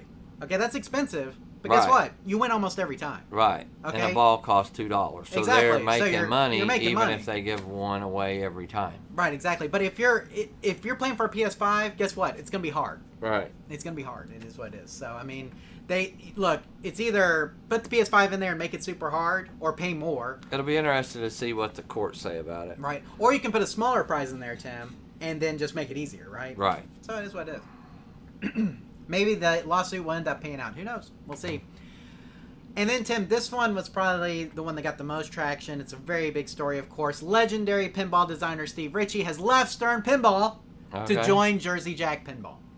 So Steve Ritchie had his first day at Jersey Jack Pinball on August 2nd, Tim, where he was greeted by Jersey Jack Pinball founder Jack Guarnieri and the head of game design, Steve's former fellow designer at Williams & Stern, Pat Lawler, with a long backlog of Guns N' Roses orders to fulfill, and Pat Lawler's Toy Story believed to be the next release. It could be up to 2 years before any Steve Ritchie designed pinball machines hit the production line. That's from our friends at Pinball News. Tim, this is really surprising. I don't know if everybody thought that Steve was going to change here. But there's a lot of people, our friend Mark included, that think that Steve Ritchie's best games may be behind him. Okay, because like if you look at what he designed after AC/DC, a lot of people were not really, they didn't really like Led Zeppelin, for instance, which was one that came after that. And that some of his other late Stern stuff has not been as good. Okay, I mean, that's arguable. You can decide. But I'm curious to see what Steve can do with a Jersey Jack build of materials, and considering that they go a little bit more high-end with their stuff. So whereas Stern kind of keeps it close to the vest, they try to keep their costs down a little bit more than Jersey Jack does. So what do you think about the move, Steve Ritchie going to Jersey Jack? It doesn't really surprise me a lot. And I think some of those may have been some limitations that he had working for Stern that may be freed up working for Jack. And I think it'll be a good relationship. Jack's a great guy. I think they'll work good together, and it'll be interesting to see what pinball games or what themes he comes up with for his first build. Maybe we'll find those out before long. Absolutely. I'm looking forward to it. And Tim, we like Steve. We've talked to him several times. He seems like a pretty nice guy. He can't hear hardly at all anymore. I will say that. So you can't really talk to him too much. You have to be pretty close in a pretty private environment. But he has made there's no argument that he has made some of the best pinball machines ever. Some of our favorites. Star Trek: The Next Generation, Tim, is one of my personal favorites. The Getaway. High Speed 2 is fantastic. And who can forget AC/DC? Maybe one of the best Stern games ever. So great stuff. We wish Steve Ritchie the best and look forward to see what he's going to come up with for Jersey Jack. They have two great designers there, Tim. Yes. With Pat Lawler, of course, and Eric already there. Both those guys are really good. So having Steve there hopefully will add to that. Again, Mark would probably say that they need to focus on their build quality before they design another game, Tim, because they've had a lot of trouble getting the Guns N' Roses out, and they've been having a lot of issues with that for those of you guys who have been following that. But still, I want to see what Steve Ritchie can do. Let's see it. Bring it on. So, for sure. Tim, we got a donation from WWE Umina, and it says, been listening for years, guys. Thanks for all the content. Wow. Thank you for your donation. That is awesome. If you guys want to make a donation yourself, there's a little dollar down below. If you're watching this live and you're in the live chat, there's a little dollar button that you can hit to make a donation here on YouTube. Or if you're watching this after the fact and you'd like to make a donation, you can always donate anytime at arcaderepairtips.com/donate, and that will send you to our PayPal page, and you can just send your donation through there as well. So again, if you're here in the live chat, you can do the super chat, or if you'd like to make a donation at any other time, or even right now, you can go to arcaderepairtips.com/donate. But thank you for that donation. We greatly appreciate it. Let's see. Coghill Arcade says Black Knight as well. Black Knight was good. So a lot of good ones from Steve Ritchie. We'll see what he comes up with. Well, Tim, I think that about does it for the regular portion of the show. So let me throw this out here, and then we're going to get your Terminator 2 story, okay? Okay. So let me do this part real quick. Reminder, we want your arcade-related videos. If you want some free advertising for your YouTube channel, we're looking for people to submit short videos, 10 minutes or less, about arcade-related topics. Send a link of your video to questions@arcaderepairtips.com, and our staff will review it. If we like it, we'll use it during one of our live show episodes. Make sure to put a plug in for your channel so people will know where to find you. We look forward to seeing your submissions. Tim, we have some great people here in the live chat with us tonight that have great YouTube channels. Rexer Show, Delusionals Arcade, 2 channels you should definitely be checking out. And Tim, Paul Jure did email in that he had a new video on K7000 common repairs, which I was not able to fit into this episode, Paul. But if you will go to Paul's YouTube channel, you can check that out, especially if you're interested in working on K7000 monitors, which are very common. Check out Paul Jure's YouTube channel as well. 3 great arcade channels you should be watching. So, let's see. Let's see. PayPal donations don't take a third from the show, YouTube Punk says. That is correct. So a lot of people don't realize that the YouTube donations, they take 40%, Tim. Wow. YouTube does of this. PayPal takes less of a cut. So if you go to arcaderepairtips.com/donate, you can donate there. A little bit less of a cut for PayPal than for YouTube. But, we'll take it either way. Donate wherever you want. Okay, So we're good either way. Let's see. Do I want to go ahead and do the information before you tell your story? I'm going to go ahead and run through it real quick. Just a reminder, guys, you guys can get in contact with us through these various channels. We have our general email address at questions@arcaderepairtips.com. Questions@arcaderepairtips.com. Put live show in the subject to get it mentioned on the show. Otherwise, we'll get to it when we can. Again, that is questions@arcaderepairtips.com. And that goes to me and Tim, right? Yeah.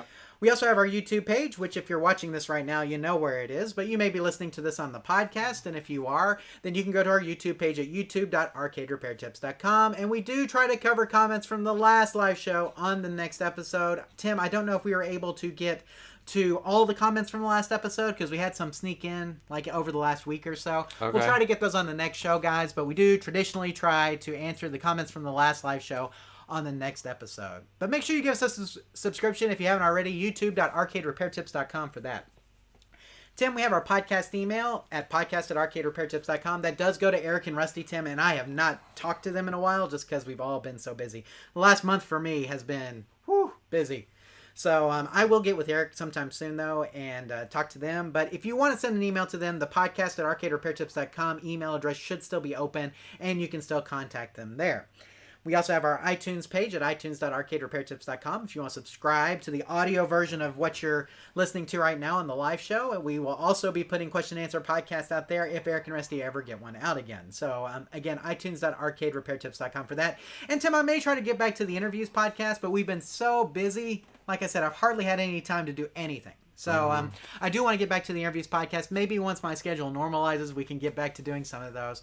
But if you've got an Apple device, itunes.arcaderepairtips.com. If not, try our Stitcher page at stitcher.arcaderepairtips.com, stitcher.arcaderepairtips.com, or wherever fine podcasts are aggregated. Is that a good way to say it? Yeah. There we go. So you can do, we're on the Google Play Store, we're on Amazon, we're on Spotify. Find us, we're there. Just Arcade Repair on any of those platforms, you'll find it. And then we have our social media pages, and we want to thank, Tim, I mentioned before, we want to thank... see, now all of a sudden I'm going blank here. Who's our social media guy? Mark. Sorry, Mark. I'm like, I said your name earlier, and now like it slipped my mind just like that. But we want to thank Mark for all of his great contributions to social media pages. But you can check out our social media feeds at facebook.arcaderepairtips.com and twitter.arcaderepairtips.com. No need to follow us on both because it's the same content either way you go. But we do appreciate you doing one or the other. Again, that's facebook.arcaderepairtips.com or twitter.arcaderepairtips.com to follow our feeds. Thank you, Mark, for all of the great work that you do there. Okay, Tim, I'm going to come back here real quick and let's see what we got. Delusional says, I donated some stuff to Paul Dre for his YouTube bench. Stay tuned. Awesome. Paul's a really good guy. Great guy, guys. You should be watching his YouTube videos. He does a video for every repair he does. And nice. We did an interview with him on the Interviews podcast. He was actually the first one I think I did. Go back and listen to that if you haven't already. Really nice guy. And let's see. Delusional says, I may be confusing him with Michael Jensen. Okay, that's a different guy too, so I don't know. But both great guys, actually. So both guys who do a lot for the YouTube community here for Arcade Repair, and we thank them both. So good stuff. Okay, Tim, I'm done. All right. Tell your story, and then we're going to go to the after show. Well, at one time, I had a older Star Wars Data East pinball game. And so I had needed do some work on it. It was just sitting there, even though I love Star Wars, I love that game. Just one of my back projects. It just hadn't do nothing. And I think we might have shot a video or somebody saw it in the background. And they said, would I be willing to trade that for a working Terminator 2? And so I thought, they were about the same price pinball wise. So I thought, well, you know what? Mine still got some issues. I really would love to have another working game. I'm not going to get to it. So fine, I'll do that. And when they showed up, I was expecting a Terminator 2 pinball machine, and they had a Terminator 2 arcade game. Right. So fortunately, we're good friends now, but we worked it out. I didn't really want to trade for an arcade game. I wanted a pinball for a pinball.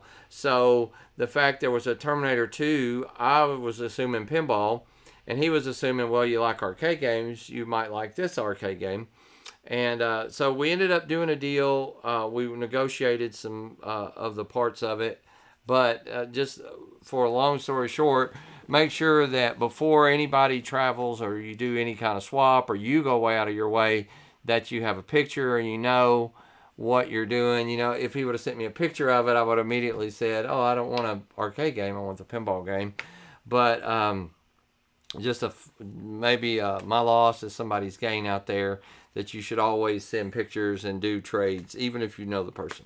Absolutely. So, and Tim, I don't think I've ever seen your face turn quite as white as when he drove up in his truck and he had a Terminator 2 arcade game in it. Yeah, because I felt bad because he drove quite a ways to make this trade, but I certainly didn't want to trade my pinball game for an arcade game. There was a lot of difference in the price there. So, but we worked it out, and it all's good, and I'm sure it's was fixed and well played today. So. Yeah, after you got the game and some cash considerations. Correct? Yes, which was nice. My loss, somebody's gain. Yeah, and it wasn't fully working. It needed some work anyway. Yeah. So I mean, it all worked out for the best. So Yeah, I think so. but anyway, so that's the story there, guys. Now we have some other stories in the after show. Tim, do you have anything that you want to share with us in the after show? I would like to talk maybe some about the Olympics. I know we got people from here from all over the world. If you're watching or what, some neat stories and things. I always like to watch the Olympics.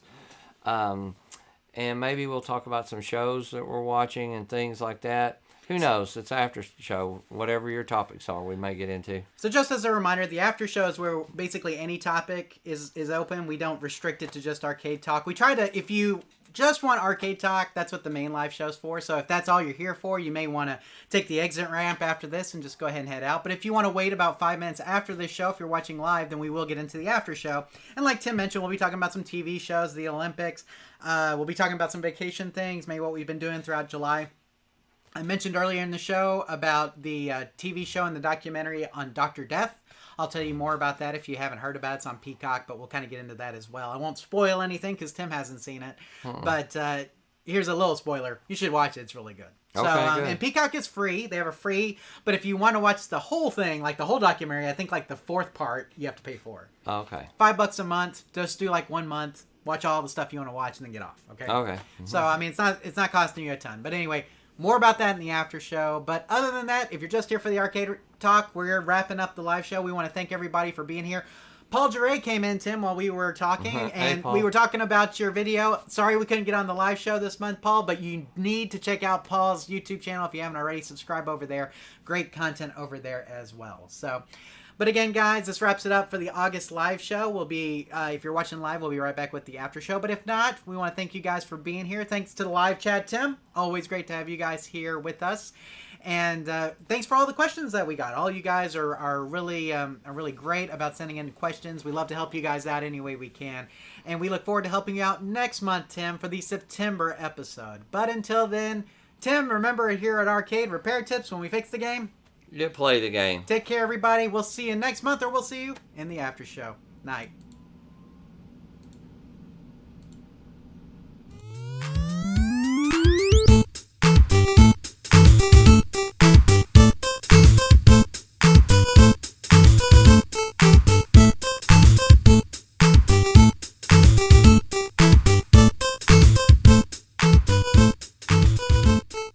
Thank you for watching this episode of the Arcade Repair Tips live show.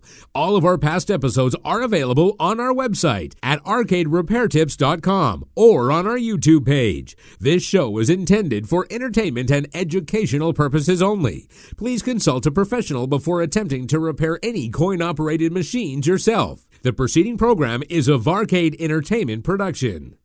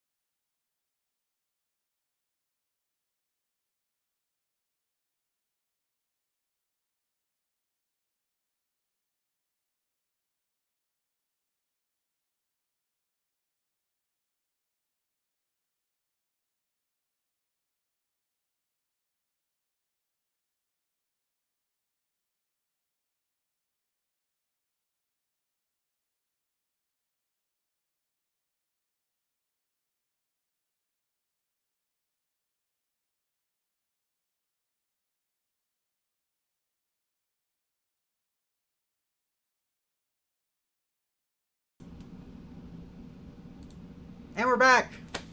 Welcome to the after show for episode 54, August 2021. Tim, how'd the show go for you? I think so. Pretty good. Yeah, it went pretty good. Got some good questions this month, and it's always nice to have the people that we're answering the questions for in the live chat, which is really great. So Sherry was here, Pat was here. Really great to have you guys here because, you know, it's like when we answer the question, we can actually talk back and forth a little bit about it. So we were able to communicate a lot with the people who had sent in questions, which is always great. So, I mean, and Tim, just a lot of people tonight. We had a really good audience. And guys, that really comes down to y'all. I mean, we love it when you guys are here. We hope that you can make every one. It really means a lot to us that you can make it, that you make us a priority, I guess, is what it comes down to, Tim. Because we know you have a lot to watch, a lot out there that you could be watching instead of YouTube and two guys talk about arcade repair. So we appreciate you guys putting the time in and watching two guys rattle on about arcade repair. So there you go. Tim, let us go ahead and talk about some of the stuff that we've been up to. So first things first, how's your July go? We know, as you mentioned in the regular show, that you had gone to training for Chuck E. Cheese, so you came back, and you've basically been working as the general manager since, right? Yes, I walked in, and two managers had already quit, so basically walked in, me and another manager are running the store now for a month. Wow. So you can imagine that means when one of you is not there, the other one's there. So working a lot of hours and trying to kind of get staff hired, which, as everybody knows, is difficult these days to find good people and get them hired and pay them a decent wage. So it's just been a pretty good struggle with that. But I think that's anything, any business right now coming out of the pandemic, or are we going back in it? We don't even know, you know, with a lot of people getting sick and things. So hopefully you and your family and everybody watching are staying safe, and maybe it won't be as long a time, I should say. Maybe we won't have to. I don't think we're going to close back down here in Texas. I know a lot of places, we may go, some states may go back to lockdown, but I'm pretty sure Texas and Florida are probably never going to go back to lockdown if they can help it. Probably so. Just don't see it. So, I mean, I could be wrong, but I guess we'll see. I mean, just going forward. But Robert says, are they done? So we're in the after show portion, Robert, which means we'll still answer arcade repair related questions, but the after show, anything goes, right? So there's no topic that's off limits here. We talk about all sorts of stuff, including arcade repair. So, but if you have arcade questions, we will answer them now. Or if you want to talk about anything else, me and Tim like to talk about TV shows and other things as well. So let's see. Okay, I think we're good. So you got to go on vacation. I did. So we went to Galveston for a week and just kind of hung out, and it was good. Anything? Let's see. Did y'all go eat? Where'd you go eat? I love to eat. Guidos is one of my favorite places to go. Okay. If you haven't been to Guidos down in Galveston, it's been there for 100 plus years. Mm-hmm. It's fantastic. Tim, have you been? Yes. What did you? More than a couple times. Us too. What have you seems had like there? the last time I got some kind of seafood or a steak. You should get seafood. I think I'm pretty sure it was seafood that Have I you got. ever had the red snapper? I think that may be what I got. It was really, Fantastic. really good. Oh, it's so good. So I mean, just really now it's expensive, but it's good. You know, my favorite place to eat there, I should have told you guys about it, is a hole-in-the-wall place. It's not. Have you ever heard of the Sunshine Bakery there? Here's the deal. We tried to get.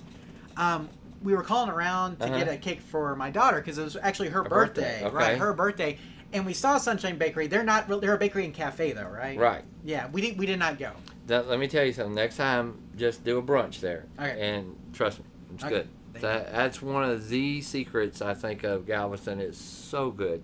And it's real reasonable, and it's very, very, very good. So two things that we did that were awesome. Okay. We did a dolphin tour. Oh. Okay, so we actually went out, and right at the end of Galveston Bay, where it starts to get into the Gulf of Mexico, is like a little dolphin breeding ground. Okay. So they tell you when you go on this dolphin cruise, they're like, okay, we can't guarantee that you'll see dolphins. Okay, right. Can't guarantee that, but we do most of the time. So we went out and we saw a ton of them. Wow. And that's like their breeding areas. So that's like where they have their babies and things like that. And so it's very protected, right? Oh, okay. So, but it's right there, like right where the Gulf meets the bay. Okay. So it takes a little bit to get out there, like about 20 minutes, 25 minutes. So like you're on it, you're on it for 40, the whole tour is like 50 minutes. I've done it before. Yeah, but I was about to say like 15 minutes of that's getting to where the bay is, and 15 minutes is going back. So, my daughter got to drive the boat. It was her birthday, which is pretty Aw. awesome. So she got to drive the boat with the captain, which was awesome. Captain was really funny. Had a lot of good things to say about that. So that was one of the things that we loved. The other thing that we did was something that Eric did from the podcast with his son, and so we saw on his Facebook page he did that. So my kids want to do it, and that was the Galveston Railroad Museum. Okay. Which was great. They have all of these trains and cars that you can actually walk into full size. I've seen those. Yeah, I've seen it, but I haven't and been then in there. where the train station used to be, they made a museum, and the museum is fantastic. You can tell that they've put a lot of money into it. But our kids had a blast there. My son is huge on trains, and he got to see a Santa Fe Super Chief, which he actually has a model of. Oh, but we wow. got to see a full size one, wow. and he really loved that. So. So, the Galveston Railroad Museum was great. Those were probably the two best things that we did while we were there. Did y'all rent a house on the beach? Or We did. that- So, my parents, they got the house, and so we all stayed there for Nice. the whole week. And it was nice, and it was just a nice, relaxing time. So, Good deal. it's nice to get away. You got away last month. I Yeah. got away this month, so there you go. But anyway, let me look at the live chat real quick. Robert says, question, I own 3 games that have 8080 boards, Space Invaders, Boot Hill, and Tornado Baseball. I got a new power supply for all 3. What is the role of the transformer? Without looking inside of one, I'm not sure offhand, Tim. You can see, the transformer may be going to the monitor, but it also may be actually Probably using... just for voltage. Yeah, it could be actually used as a power supply in those games. If it's used as a power supply, you may be able to remove it a lot of times. If you're going to go with the new power supply set, you may be able to take that out of there. But we were talking about this early in the show, Robert. You have the transformers that work as an AC transformer and an isolation transformer. If it's that, you may need to keep it in there just so you have isolation going to your monitor. So it just really depends on how it's wired up in the cabinet and how it's set up as to whether. If you take a need it. picture, we could probably help you with that. Absolutely. You can in. send it to questions at Arcade Repair Tips. We can tell you real quick. So let's see. It looks like a fire hazard. It's probably not a fire hazard. That's the good news. Yeah, you talk about The Real Bob Roberts. Does he have a website? Yes, therealbobroberts.net. Therealbobroberts.net is the Bob Roberts website. He is taking orders. I think it's his wife mostly that's shipping stuff out Alice. right now, Alice. So, but they are doing orders again, which is great. But therealbobroberts.net is not only a great place for parts, it's a great place for arcade repair as well. So, let's see. Yeah, YouTube Punk also told him the same thing, so we're good. Okay, let's see. Yep, okay.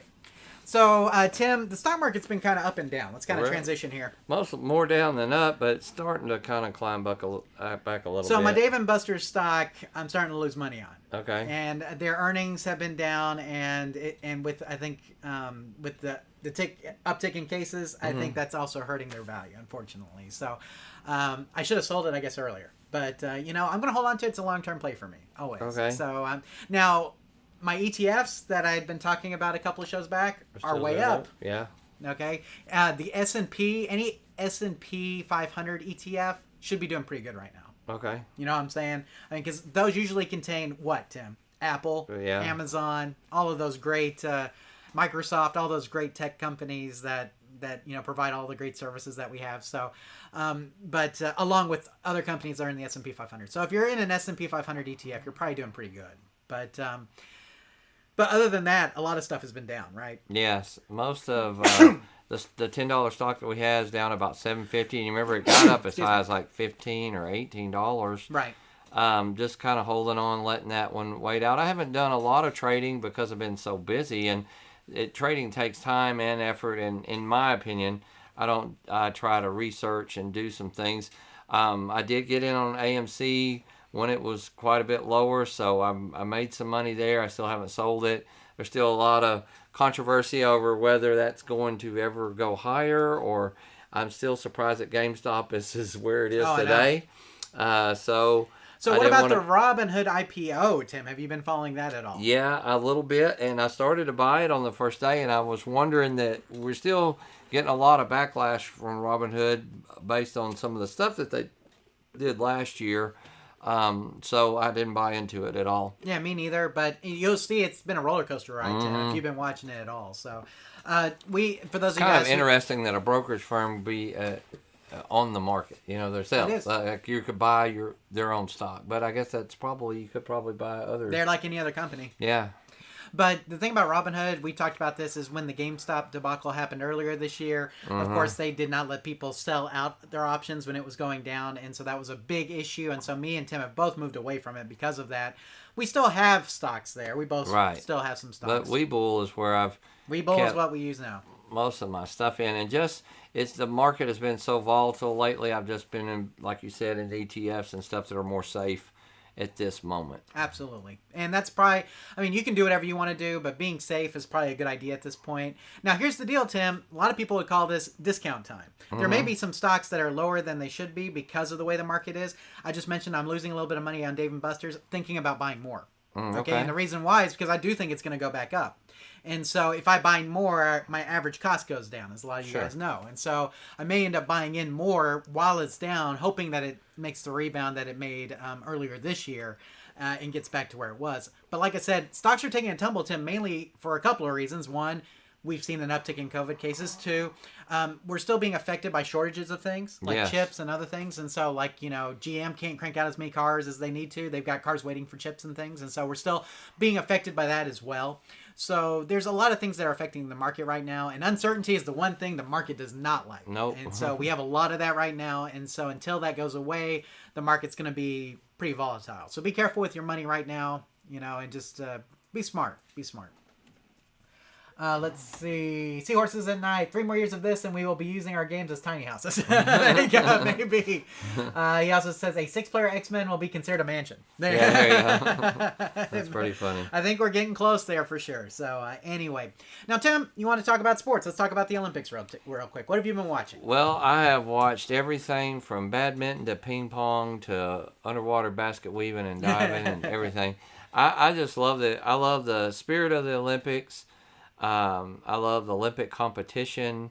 I root for more than just United States. I like the backstories. I like the woman who was from the Philippines where they had never won a gold medal. Did you see this? And she literally worked out in her garage with bamboo sticks and water bottles. Right. And she won a gold medal. And, so I guess I'm always rooting for that underdog. Some of you may know my history that I ran track in college, and at one time was invited to go to Colorado Springs but I didn't go, number one, because I was ranked about 17th in the United States, which gets you invited to go, but 17th is nowhere near the top 3. I didn't have a chance of going to the Olympics, but it was an honor.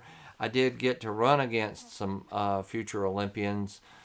One was a world record holder for many years. And so I can appreciate what some of these athletes do and how they train. And this is their Super Bowl, So I love the 400-meter hurdles. Did you see this event where the 2 girls from the Americas keep going back and forth winning? And the one who won is 19 years old. Just seems like a sweet girl. And she broke the world record, which had been held. She just broke her own world record. Right. And so, I just like all the backstories. I watched some basketball today. In the basketball competition, it's not just because you're the Americans and show up, you're not going to win a gold medal. They've gotten two words. Luka Doncic. Luka Doncic. Yeah, and there was a lot of people from Australian team. They were just shooting the lights out, and these guys had no fear, and they really gave us a good game. So basketball, real quick. Let's talk about that. The American team's not doing very good. Mm-hmm. You know why? They're not calling a whole lot of fouls in the Olympics. No. You can tell that these NBA players are used to getting their fouls. Right. Okay, they're shooting up, and then they're waiting for the ref to call something, right. And the ref ain't calling it, okay? This is how basketball should be played. Right. The NBA is terrible. I don't like the flips, flops, and flies, Tim. No. I don't like it at all. Okay, Olympic basketball is where it is at. I said it there today, and I went, they let them play, and also you can, hit the ball off the rim, so it's not goaltending, and there's, a lot of blocks and stuff, and I'm like, it's actually more fun almost to watch without some of the rules that we have. Exactly. A little closer 3-point line. But Kevin Durant, though, is shooting, he's awesome. Good, just going crazy on people, and you can't stop him, So they are starting to gel. They did play better today. They are going in the gold medal game against France, who beat them earlier and also beat them out of the World Championships, I think. So it should be a really good game tomorrow night. Yeah, but I want 10:30 tomorrow if NBA night. officials are watching this, I want you guys to ref like these guys in the Olympics. This is how all the reffing should be. I don't like the flips, flops, and the flies. And then, and here's the thing: if you're, no offense to LeBron James, he's a great player, but if you're LeBron James, you get the calls. Right. You get the calls. Like, anything that's, if somebody just gently slaps you or just gently hits you, it's a foul. Right. It's like, let guys play. Just let them play the game. You're gonna have some slaps. You're gonna have some issues. But play the game. And that's why Olympic basketball is fun to watch. I love it. Now, I didn't watch much of the 3-on-3. That just seemed... Oh, it was great. Yeah, and that was kind of different, So one of the girls from the 3-on-3 women's team plays for the Dallas Wings out of Dallas. Okay. So if you're familiar with that team, she won gold. Her team won gold. Yeah, so they were very 3-on-3 is fun to watch. It's half court, so it's more like what you would traditionally play. Right. If you play pickup basketball, you're playing more of that style 3-on-3 game, right? Mm-hmm. So it was fun to watch. I watched that one. I like. So, there's been also just some new sports or skateboarding and things. Anyway, but track and field, and for some reason swimming now is just, I can just appreciate what they do, and watching those guys from all different countries, even diving and things. I don't know. I always kind of get into the Olympics this time when it comes around.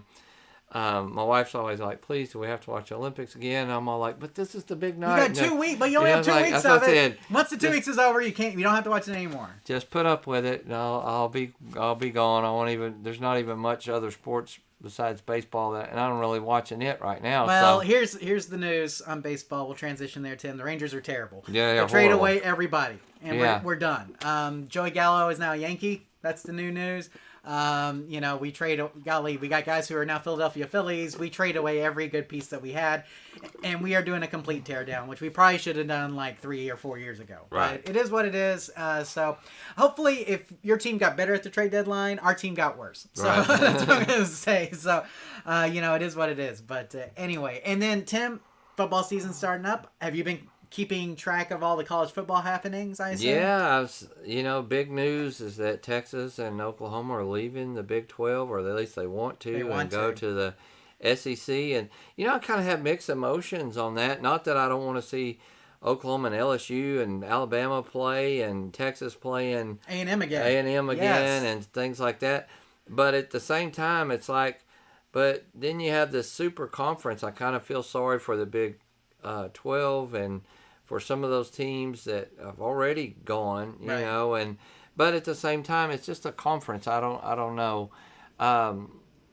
It's a shame that for them to lose the TV revenue and things that we've made this super conference. So then it's like whoever wins the SEC is they're going to be the national champ every year. Might as well go ahead and crown them. Sure. I mean, if you're that good to beat all those other teams, I don't know, so I have mixed emotions about it, even though I'm a big Sooner fan. As you know, you're a big Texas fan. Is it, are you excited about it, or are you kind of like, I don't know. I'm excited about playing A&M again. I'll be honest, I missed it. Yeah. So, I'm excited about them playing some of those teams in the SEC because they're good. Yeah. And I think that Texas is not very good. So I think we're going to get killed by a lot of those teams, to be honest with you. But at the same time, I think it'll make us look better. So, it's interesting. And then what about paying college athletes and things? I think that possibly a little overdue because one thing, it's been going on illegally for years. Yeah, we all know but at the same time, then you got, what about those athletes that are just really good, but maybe they're not as flashy or they're not the quarterback position? Maybe... I don't know. I don't want it to create something in the locker room. This guy's driving. Of course, I remember when I was in college, we had people that were driving new cars. Yeah. And it was no doubt they couldn't afford them, Right. Things like that. And the star athletes still were taken care of back in them days. I think now we're just being a little more honest about it. So, again, kind of a mixed emotion. I can see why it's better that they wait and turn pro, but at the same time, it's also, the girl who won the 800 meters, 19 years old, she's really just a college freshman. Right. Or going into a sophomore year, but she had to turn pro to be an Olympian, so now she can't compete. Right. I think that they should be able to compete in both, Sure. or there's some rules that should change, and some ways that we look at people. She's still a 19-year-old kid. Yep. Sure. She needs to enjoy her college. Right. Let's see. Delusional says, I appreciate Olympic broadcasters. And Geek Light says, Kevin Hart and Snoop Dogg Olympics coverage is great for a lighter and different perspective on the Olympics. I would like to see that. Have you noticed at track and field they have like an English speaking guy? Yes. And it's kind of funny, but I'm like, it doesn't bother me. It's just, I'm used to former athletes right. kind of doing the commentating, and I don't even know who this guy is, but he's kind of funny. I mean, when you have a two-man booth, it's usually a color commentator and a play-by-play guy. Right. So, I mean, you have a play-by-play guy who's a traditional play-by-play guy who's just going to do that, and then you have a commentator that's usually a former athlete. That's typically how the booths go. Right. And so, I mean, that's how you see the setup for most of them. But I think most of them do a very decent job, I mean, especially considering how many events there are. Right. So. And then you got that we've always owned the 4x100 meter. We got 6th place in our heat. We didn't even get to the finals. Mm-hmm. So, I'm kind of disappointed. It's like, but at the same time, Japan is really good now. It's like, when do you remember growing up of a Japanese sprinter? I don't even remember that. I think the level of competition is from Jamaicans. They never got any medals. Now they dominate in a lot of stuff. So you look at what Usain Bolt has done for his country, what other people have done. I just enjoy. And then did you see the 2 high jumpers that were tied? Yes. And they just agreed to tie. I know. They were like, set that up a half inch more. Yeah. That's all I'm saying. Anyway. I was kind of like, I guess that's kind of good, and kind of like, well, I want to do it again. Keep battle it out. But anyway, I think that it was just it's been a good Olympics though, and for the most part, not a lot of COVID outbreaks or something like that I was worried about, or no bombings or something stupid like that. We have to mention those things, that there's a lot of. It's good to see different countries that don't necessarily get along getting along. Right. So. Agreed. So, and Japan, Tim, I don't know how they'll do next time. It's different when I think it's in your home country. Mm-hmm. And they didn't have to get nearly as adjusted as the rest of the athletes as far as like to the temperature, because apparently it's super hot there. It seems hot. Time zones, that kind of stuff. Mm-hmm. So, I mean, technically Japan has a little bit of a benefit from that. Right. So, I don't know if they're going to be a factor going forward or not. I wonder about that, because I think there is something about having it in your home country. I think so. And I think that, but it's kind of like, but Chinese divers are just, it's like, so how do you good. how do you beat them? And they just keep coming with more, Mm-hmm. and they're so young. Yep. It's like, wow, how do they do that? But I have such an appreciation. We had a girl from Flint that was in archery competition. Yep. I think she did really good. She got 4th place. Fourth just place outside the medals. and which is, local here was it's a big deal though to be that good. Hey, 4th in the world. In the world, That's yeah. something. That's pretty good. So, Wasteland Warrior says, "What's up?" Nothing. Just talking. So, okay. A couple of at-home releases. Tim, I am super excited for the release of Suicide Squad tonight on HBO Max. 7 o'clock. In fact, you could be watching it now instead of watching us, I think. So, Okay. What are you doing watching us still? You should be watching Suicide Squad. Tim, I don't know if you've seen the reviews. We're talking 9s and 10s. Okay. I mean, just I haven't seen them. every review has been positive across the board. The I'll have to difference watch between it. this is that this was done by James Gunn, the same guy who wrote and directed Guardians of the Galaxy. Okay. Okay, so it's got Idris Elba in it, John Cena's in it, a whole bunch of people are in it, and it looks really good. So I'm looking forward to Suicide Squad here in just a little bit. Jungle Cruise came out on Disney Plus if you did the Premiere Access with that. So I don't know if any of you guys do that. You can do Premiere Access with Disney Plus on that. I think that's all that's come out. I came real close to going to the movies to see Old. Have you seen the previews? Yes. Just because I like M. Night Shyamalan movies. Yeah. I have seen the previews. I'm not going to movie theaters right now, just as a whole, so we'll wait on that. Fast and Furious 9 came out, and is now you can watch it streaming already. If you buy it, yeah. So I mean, you can watch it streaming now, I believe. So I haven't watched it, but I know it's there. I'm trying to think of what else. I think that's it. So, since you can't go to the movies, what have you been watching? Oh, it says Val Kilmer's documentary comes out tomorrow for Seahorses at Night. So, and I've heard that's very interesting. Like, his life was very... So, what I've been watching, I watched the Misfits with Pierce Brosnan. Tim. Okay. Have you seen this? No, it's I haven't got seen Nick Cannon in it, too. Okay. So, it's kind of like an Ocean's 11 style movie. And it's good. It was decent. You can purchase it on different streaming platforms like Amazon and Apple and stuff. But if you want something fun, it was only an hour and a half too, so not a long watch. Try the Misfits. It was pretty good. I mentioned we have Peacock earlier, and so we watched The Boss Baby Family Business, which is the sequel to the original Boss Baby. Right. And very good. It's I've very actually good. heard more than one adult say they really enjoyed watching that with their kids. I'm going to look up something while we're talking. Okay. Go ahead. Yes, it was fun. It was so good that my brother-in-law watched it too with us. Okay. And he really liked it as well. So it's very funny. If you like the first Boss Baby, you'll love the second Boss Baby. Picks up right where that one left off. And if you've got the Peacock subscription, Tim, which is $5 a month, it's free. So okay. Tim, I've been watching Ted Lasso. What is Ted Lasso? What? Like, you don't know what Ted Lasso is? Like, where have you been living? I don't understand this. How do you like it? I love it. Have you seen it at all? No, I haven't watched any of it. Ted Lasso is like the best show in the last 5-10 years. Okay. You should be watching it. It's on Apple TV Plus. It's about a football coach, an American football coach who becomes a soccer coach. The first season was fantastic. We're 2 episodes into the second season so far, and it's good. Okay. Sign up for Apple TV Plus just for that. I've heard it's good. Okay, just do it for that. Have you or your wife bought an iPhone or an iPad in the last year?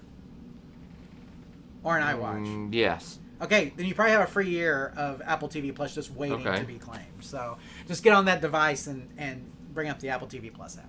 So Ted Lasso, you should be watching if you're not already. It's fantastic. Love it. I had to look up the name of the show I'm watching. So speaking of Apple TV Plus, we're watching another new show on there called Schmigadoon. Okay. Now, Schmigadoon I definitely haven't heard of. Okay, Schmigadoon is about a modern-day couple that gets stuck in a 1940s musical. Okay. And it is hilarious. And it's produced by the guy who produces, the NBC guy who produces Saturday Night Live. I can't think of his name. Lorne Michaels? Lorne Michaels, very good. Okay. Look at you, Tim. Lorne Michaels produces it, and it's got a lot of ex-Saturday Night Live alumnuses in it. I have seen a little bit. And it is funny. I've seen a little previews. We've only watched 2 episodes. 1940s, yeah, I've seen it. We're only 2 episodes in, but it's very funny, and I think we're going to watch another 2 tonight. Okay. And there's only been 4. The 5th episode comes out Friday, tomorrow. So, watching Ted Lasso and Schmigadoon on Apple TV Plus. And then, Tim, I mentioned these earlier. I'm going to mention them again. Dr. Death. So, what is Dr. Death about? Dr. Death is about a neurosurgeon who graduated from, I think, the University of Nashville or the University of Tennessee at Nashville, and then becomes a neurosurgeon here in Dallas, but basically botches every surgery that he has. Wow. So botches all of them. On purpose, or he just doesn't have skills, like he shouldn't be a surgeon? It's really hard to determine, even from it's either he doesn't have skills, he's under the influence of drugs, okay, or there's something mentally wrong with him. Okay, we don't know. It's something, and really, we don't know his motive for doing it. Okay, right. I'm just telling you. So there's a documentary called The Undoctored Story on Peacock. That's 4 parts that will tell you the true story with the people involved. Then there is a dramatized TV show that has Joshua Jackson in the lead. And for you guys who don't know Joshua Jackson, he played Charlie in the Mighty Ducks series. Yes. He was on Dawson's Creek. Right. So it's got him, it's got Christian Slater, and it's got Alec Baldwin in the dramatization version of Dr. Death. And I've watched the entire documentary. You should watch that. And I'm watching the dramatization now, and it's very good. So those are both on Peacock. Peacock has a free tier, so you can watch a lot of these for free. On the documentary, they'll make you have the paid tier for the 4th episode of it. So you can watch the first 3 and then decide if you really want to watch the 4th or not. And then I believe on the TV show, they let you watch the first couple free. So there you go. Okay. But Dr. Death on Peacock, you should be watching those. It's fantastic. It's all based on a podcast, Tim, that was done. But literally, this guy screwed some people up. Big time. So anyway, watch it. Yeah. He made his best friend a quadriplegic. Wow. That's all I'm going to say. Watch it. No more spoilers. Okay. Tim. Oh, hang on. So, real quick. +1 for Boss Baby Family Business. You see, look, there are adults who like that. It is fantastic. Yep, that's what I've heard. Danny says, just finished watching season 3 of Manifest, and I was about to say, there's a rumor that we're going to get a season 4, right? Yeah. From Netflix. I just started watching Manifest. Okay. Have you watched any of it? I have not. I know what the premise is. Yes, but and I have so not watched it. it's actually pretty good. So, it's a little hokey, but at the same time, it kind of keeps your carrot out there a lot. One of those kind where, right when you're going to turn it off and go to bed, you want to get, oh man, let me see what happens next. Hey, the best time to stop those is at the 30-minute mark on those. Yes, stop them in the halfway point. Don't worry about the cliffhangers. I'll tell you. So Manifest is something that I have been watching some. Gotcha. Besides the Olympics, so. Let's see. Waits on Warrior says, how long is it to how long is too long for someone to repair your PCB? I'm going on on a year for 2 PCBs I have out. Not uncommon for it to take a year or two, depending on how backed up. A lot of these repair guys are pretty backed up. They've got a huge backlog. Just keep checking in with them about every month or two. Or just they to have see a where day it is. job, right. where they're... A lot of people do it on the side. Tim, we always recommend Raymond, but we know that at Arcade Components, but we know he has a day job. So he works on boards on the side. So, I mean, sometimes it takes a while until they can get around to your board. And you may, if it's a common board that somebody else could repair, you could just politely say, hey, look, just send it back to me. I've got somebody that could do it quicker. Maybe by putting a little bit of pressure, they'll say, well, I'll try to get to it. Just kind of keeping some kind of communication, I think, is the key. And I've been so guilty of that myself. People have sent me stuff, and I just couldn't get just whatever life threw at me in the worst, to the point where I quit just repairing things. Right. Because I didn't want to tell people no, but I didn't want to keep putting them off either. So give a little grace. Say, hey, look, can you fix it by when's your cutoff day? If it's, can you fix it within a month? If not, send them back to me. I want to send them to somebody that can get to it. And there's nothing wrong with that. Sometimes you just have to shake hands and say, that a year is probably pushing, though. I mean, as far as what most people's expectations are, and depending on what game it is, if there's other people that can repair it and need the work, why not? Absolutely. If they're that backed up. Let's see. Arcade Picker says that's too long. That's what he says. He says, guys, any leads on an art cabinet? No, I mean, we haven't seen an art cabinet in a while. They come up at auction every so often. Watch the auctions. Tim, speaking of auctions, I don't know if you saw, but the Museum of Pinball, our friends at Captain's Auction Warehouse are actually conducting the auction at the Museum of Pinball. So it's cool in a way because Captain's Auction Warehouse knows what they're doing, and you're going to be able to bid on stuff online. But the sad part is, of course, it is the Museum of Pinball, and the one in Vegas? Yeah, not Vegas. That's the Pinball Hall of Fame. Okay. This is the one in Banning, California. Oh, okay. But it's still the one that went out of business. Correct. But Captain's Auction Warehouse, they do a fantastic job, and so if you buy anything through there, they'll take care of you. But anyway, so yeah, NARC, you may find one at an auction sometime. So let's see. Geeklight says calling me an adult, according to my wife, is a stretch. Because I said adults like family business. There you go. So. Let's see. Arcade Pickard says, too long for sure, a month maybe. Look, guys, a month is maybe too short for an arcade repair guy. I would think a month is too short. Yeah, really, like I said, a lot of these guys are doing it on the side. So if it takes longer than about 6 to 8 months is probably when I start to get worried. But, other than that, guys, they have a lot of stuff to do. And it depends on if you're a operator, like you need it for your arcade to make money. Sometimes they will put the business ones first, right? Because they get a lot of return business. But I don't know. A year is a pretty long time. I think you should just have a conversation and say, "Are you going to get to it? Or if not, just send it back so I can send it somewhere else and know that." Danny says, "How can I send you a picture of something on a board that needs fixed?" You can send the picture to questions@arcaderepairtips.com. Send it via email. Best way to do it. Let's see. Arcade Picker is restoring several cabs a month over here in Arizona. And he says, love your show. Well, thank you for that. So we have a lot of arcade guys here in Arizona. There's a lot of arcade guys everywhere now. Collectors are all over the place. And we've always said we have a great community here in Texas. But, man, there's a lot of great communities around now, I've seen. So a lot of great stuff. What do you think about the counter laminate to refresh the surface of cabinet, side panel, and kick plates, Tim? I personally like it. We shot a video on how to do it. That's Opie's X, by the way. Yeah, I like it, and but that's back when we shot that video. You could just go to Lowe's or Home Depot and get black or white or a common color. I don't even know if you can buy it there anymore. Laminate's kind of out of style, so trying to find it now is a lot tougher than it And used so to you be. have to get it shipped, which creates, they actually roll it and they put it in a big thing, and it can still get broken. So now, if you have some or access to some or a cabinet shop or something where you can go and buy it, it's not that big a deal. I like a lot of colors and things, but again, if I'm going to have to pay $100 or $50 to have it shipped, plus it could get into a costly thing to where it doesn't make it feasible anymore. Absolutely. So, Tim, was there anything else besides Manifest? We kind of got distracted there. Anything besides No, that's Manifest? all. Besides it in the Olympics, that's all I've really had time to watch, and not even really enough of both for me. Just been watching Manifest. I'm probably almost through season 1. So here's the I'm thing. in I really season want to 2. see Black Widow, but I'm probably gonna have to wait till it comes on Disney Plus, where I don't have to pay the extra $30. Yeah. Like Right. Me too. So I mean, I really want to see Black Widow, but it I just haven't done it. It's not on HBO. No, it's a Disney because it's okay. Marvel. So I just haven't done it yet, guys. It's not, I'm either gonna break down and pay the $30, or I'm gonna wait till it comes for free on Disney Plus. So I'm trying to think of what else I want to see. I do want to. Oh, they released a new trailer for Cobra Kai season 4. I did Coming hear out about in that. December. Yeah. I'm excited. Love it. Not long. That's right. So, Arcade Picker says, I've been adding chrome molding to a lot of cabinets to make them pop before selling.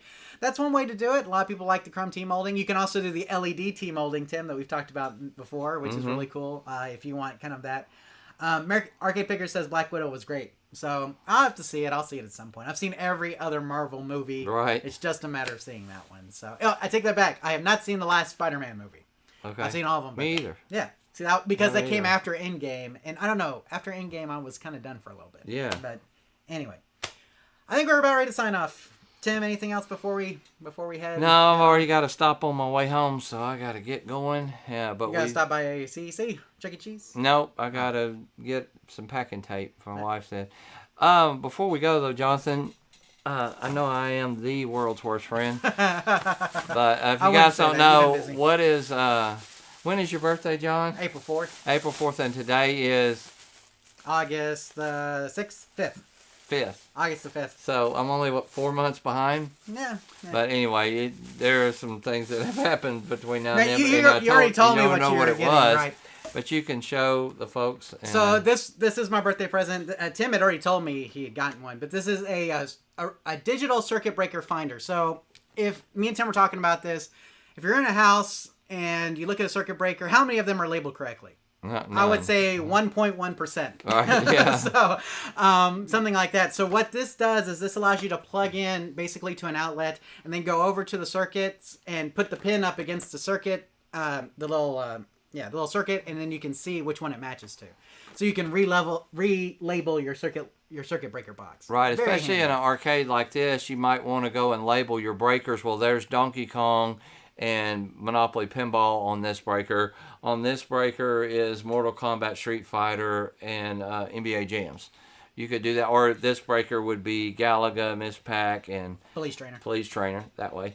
And so, it's just a good tool to have, or to be able to tell before you go and work on something how much. And they range from this particular one, and you can get it on Amazon sometimes for about $39, at Home Depot every day for $49.99.